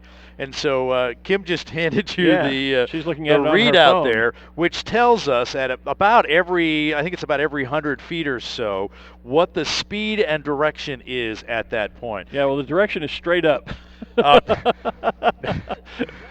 I think. Do I need to turn the screen? Maybe. So that red line that you were looking at, that's the direction. So everything's coming out of the south. Yeah. And the speed goes up as you go up. That's probably about is that about 1,000 feet where the big turn is?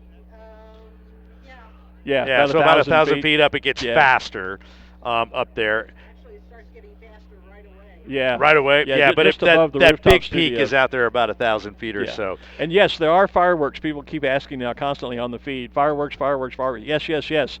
As soon as the skydivers are on the ground, then we'll get the fireworks started. So because they're the clue. They're the cue. To start Usually we had a big cannon boom that was kind of the warning that fireworks are about to start for the pilots, especially packing up their balloons. Right. Since we don't have that tonight, so that now we have the skydive team arriving with their own pyrotechnics, and then there will be the afterglow fireworks. So yes, folks, don't it's coming. panic. It's coming. Fireworks are Hang coming. with us. Hang with us. Hang with us here. We're only a few minutes away. You'll see it all on the live feed on Balloon Fiesta Live, so don't go away. Hey, tomorrow night with the fireworks, the New Mexico Philharmonic is going to be out here performing on the stage. We will not be able to broadcast their music because of licensing rights and all those kinds of things. But boy, tomorrow night would be a great night to be out here. They're going to do the 1812 Overture, of course, with the fireworks.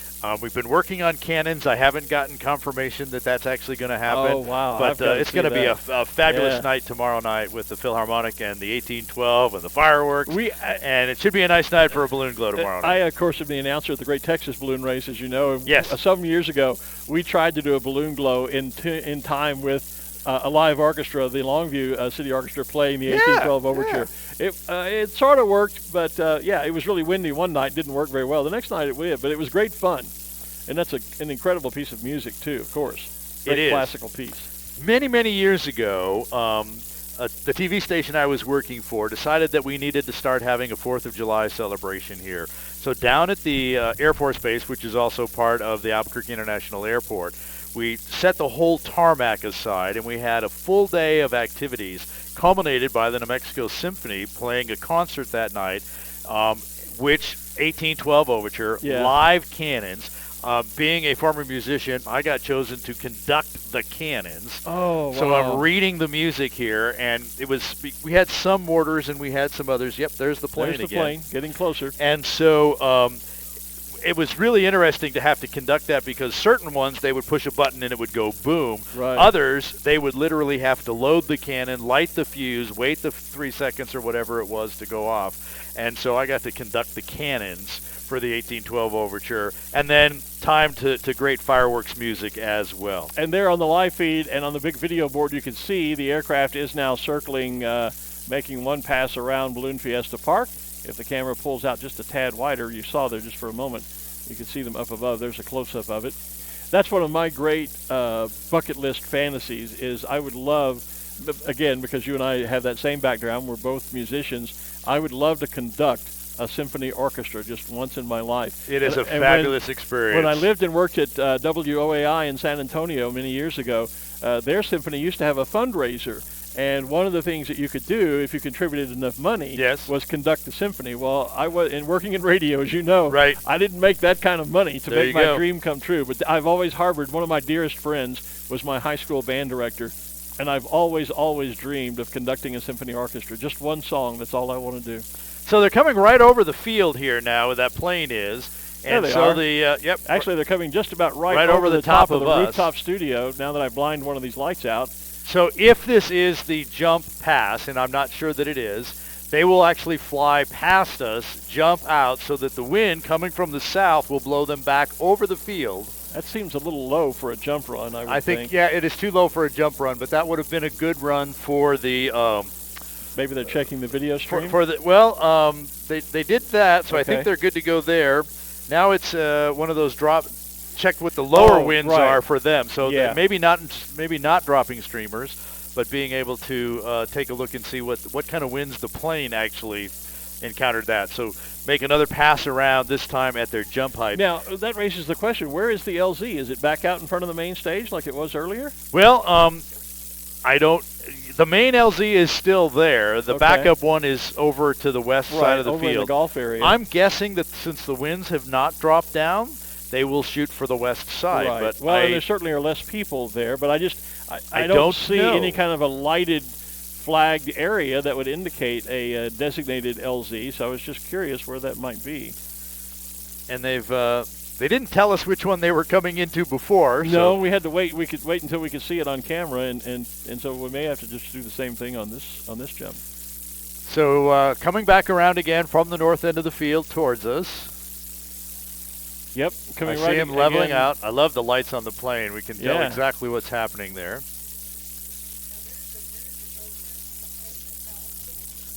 And usually you can hear the plane typically kind of cuts the engine back a bit just before they jump. I'm not sure he's high enough Again, I think that's too low for a jump run, quite frankly. They said that they would jump Oh, I thought that was just the tail light I'm seeing. They said that they would jump about 7,500 feet above the ground. Yeah, well, he's not that high by any No. stretch of the imagination.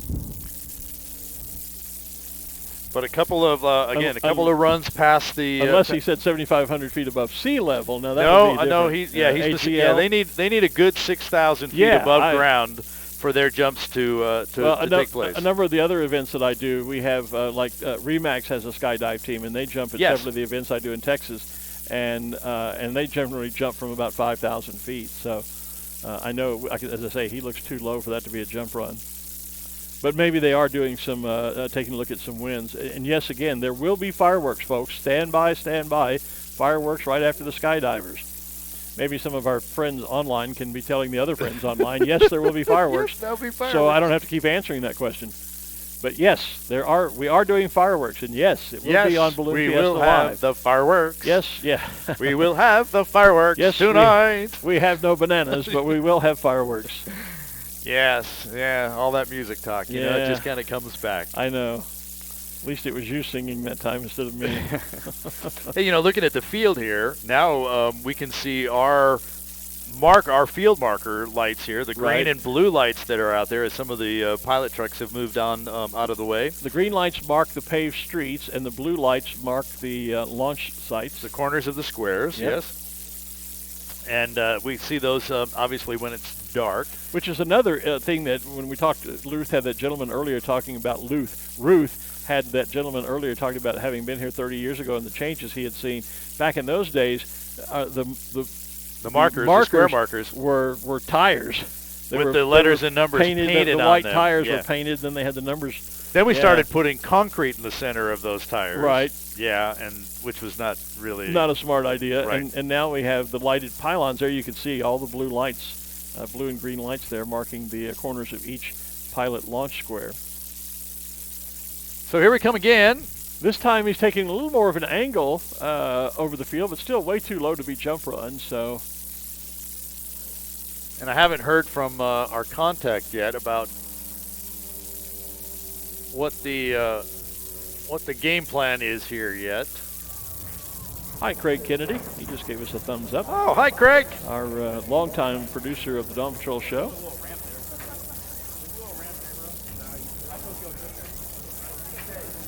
Yep, so we'll make yet another pass here and see what comes.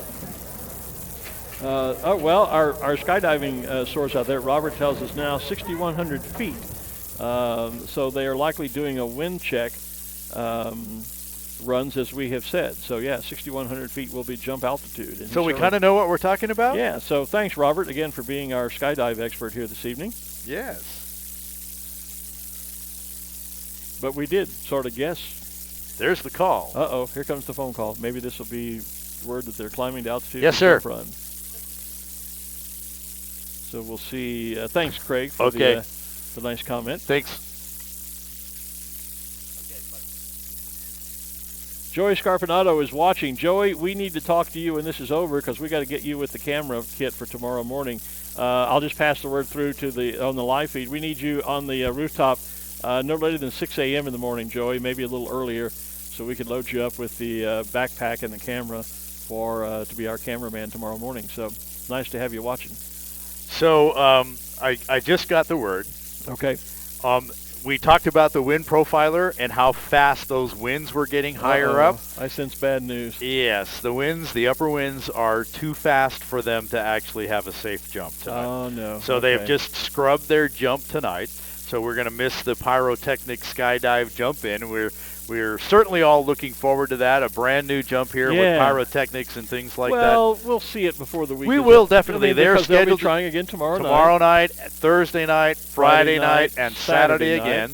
Yep. And so, yes, we're all good to go with that. So no skydive pyrotechnic jump in here tonight. So that's the word from the do we have a frowny face emoji we can pop up on the Yeah, we'll have to see. We can get one there. So now that I have that word, the rest of the folks will get that word, and we should be starting our fireworks out there any moment now as we get the because of the fireworks guys. We're waiting for these guys to drop Right. in. So now we have to get the word to the fireworks guys that it's time to start the fireworks. Brought to you by the Sandia Resort and Casino. So, So do we? Is that our cue to say goodnight and wrap up? It really is. Okay. And so we're going to leave the feed up through the fireworks, about a 20-minute fireworks show. We're going to leave that up so that you can enjoy the fireworks, since we've said to you over and over again that they are going to happen. There will be. Yes. In fact, there they go. There they are. So there they are. With that, Glen Moyer, I'm Art Lloyd Jr., Ruth Lind and Kim Vesely joined us earlier as well. Our entire Windfire Balloon Fiesta Live production team. Thank you all for joining and watching us enjoy the fireworks. We'll see you tomorrow morning for a mass ascension. Bright and early. Dawn Patrol show again tomorrow morning. Thank you. Have a good night. Good night, everybody.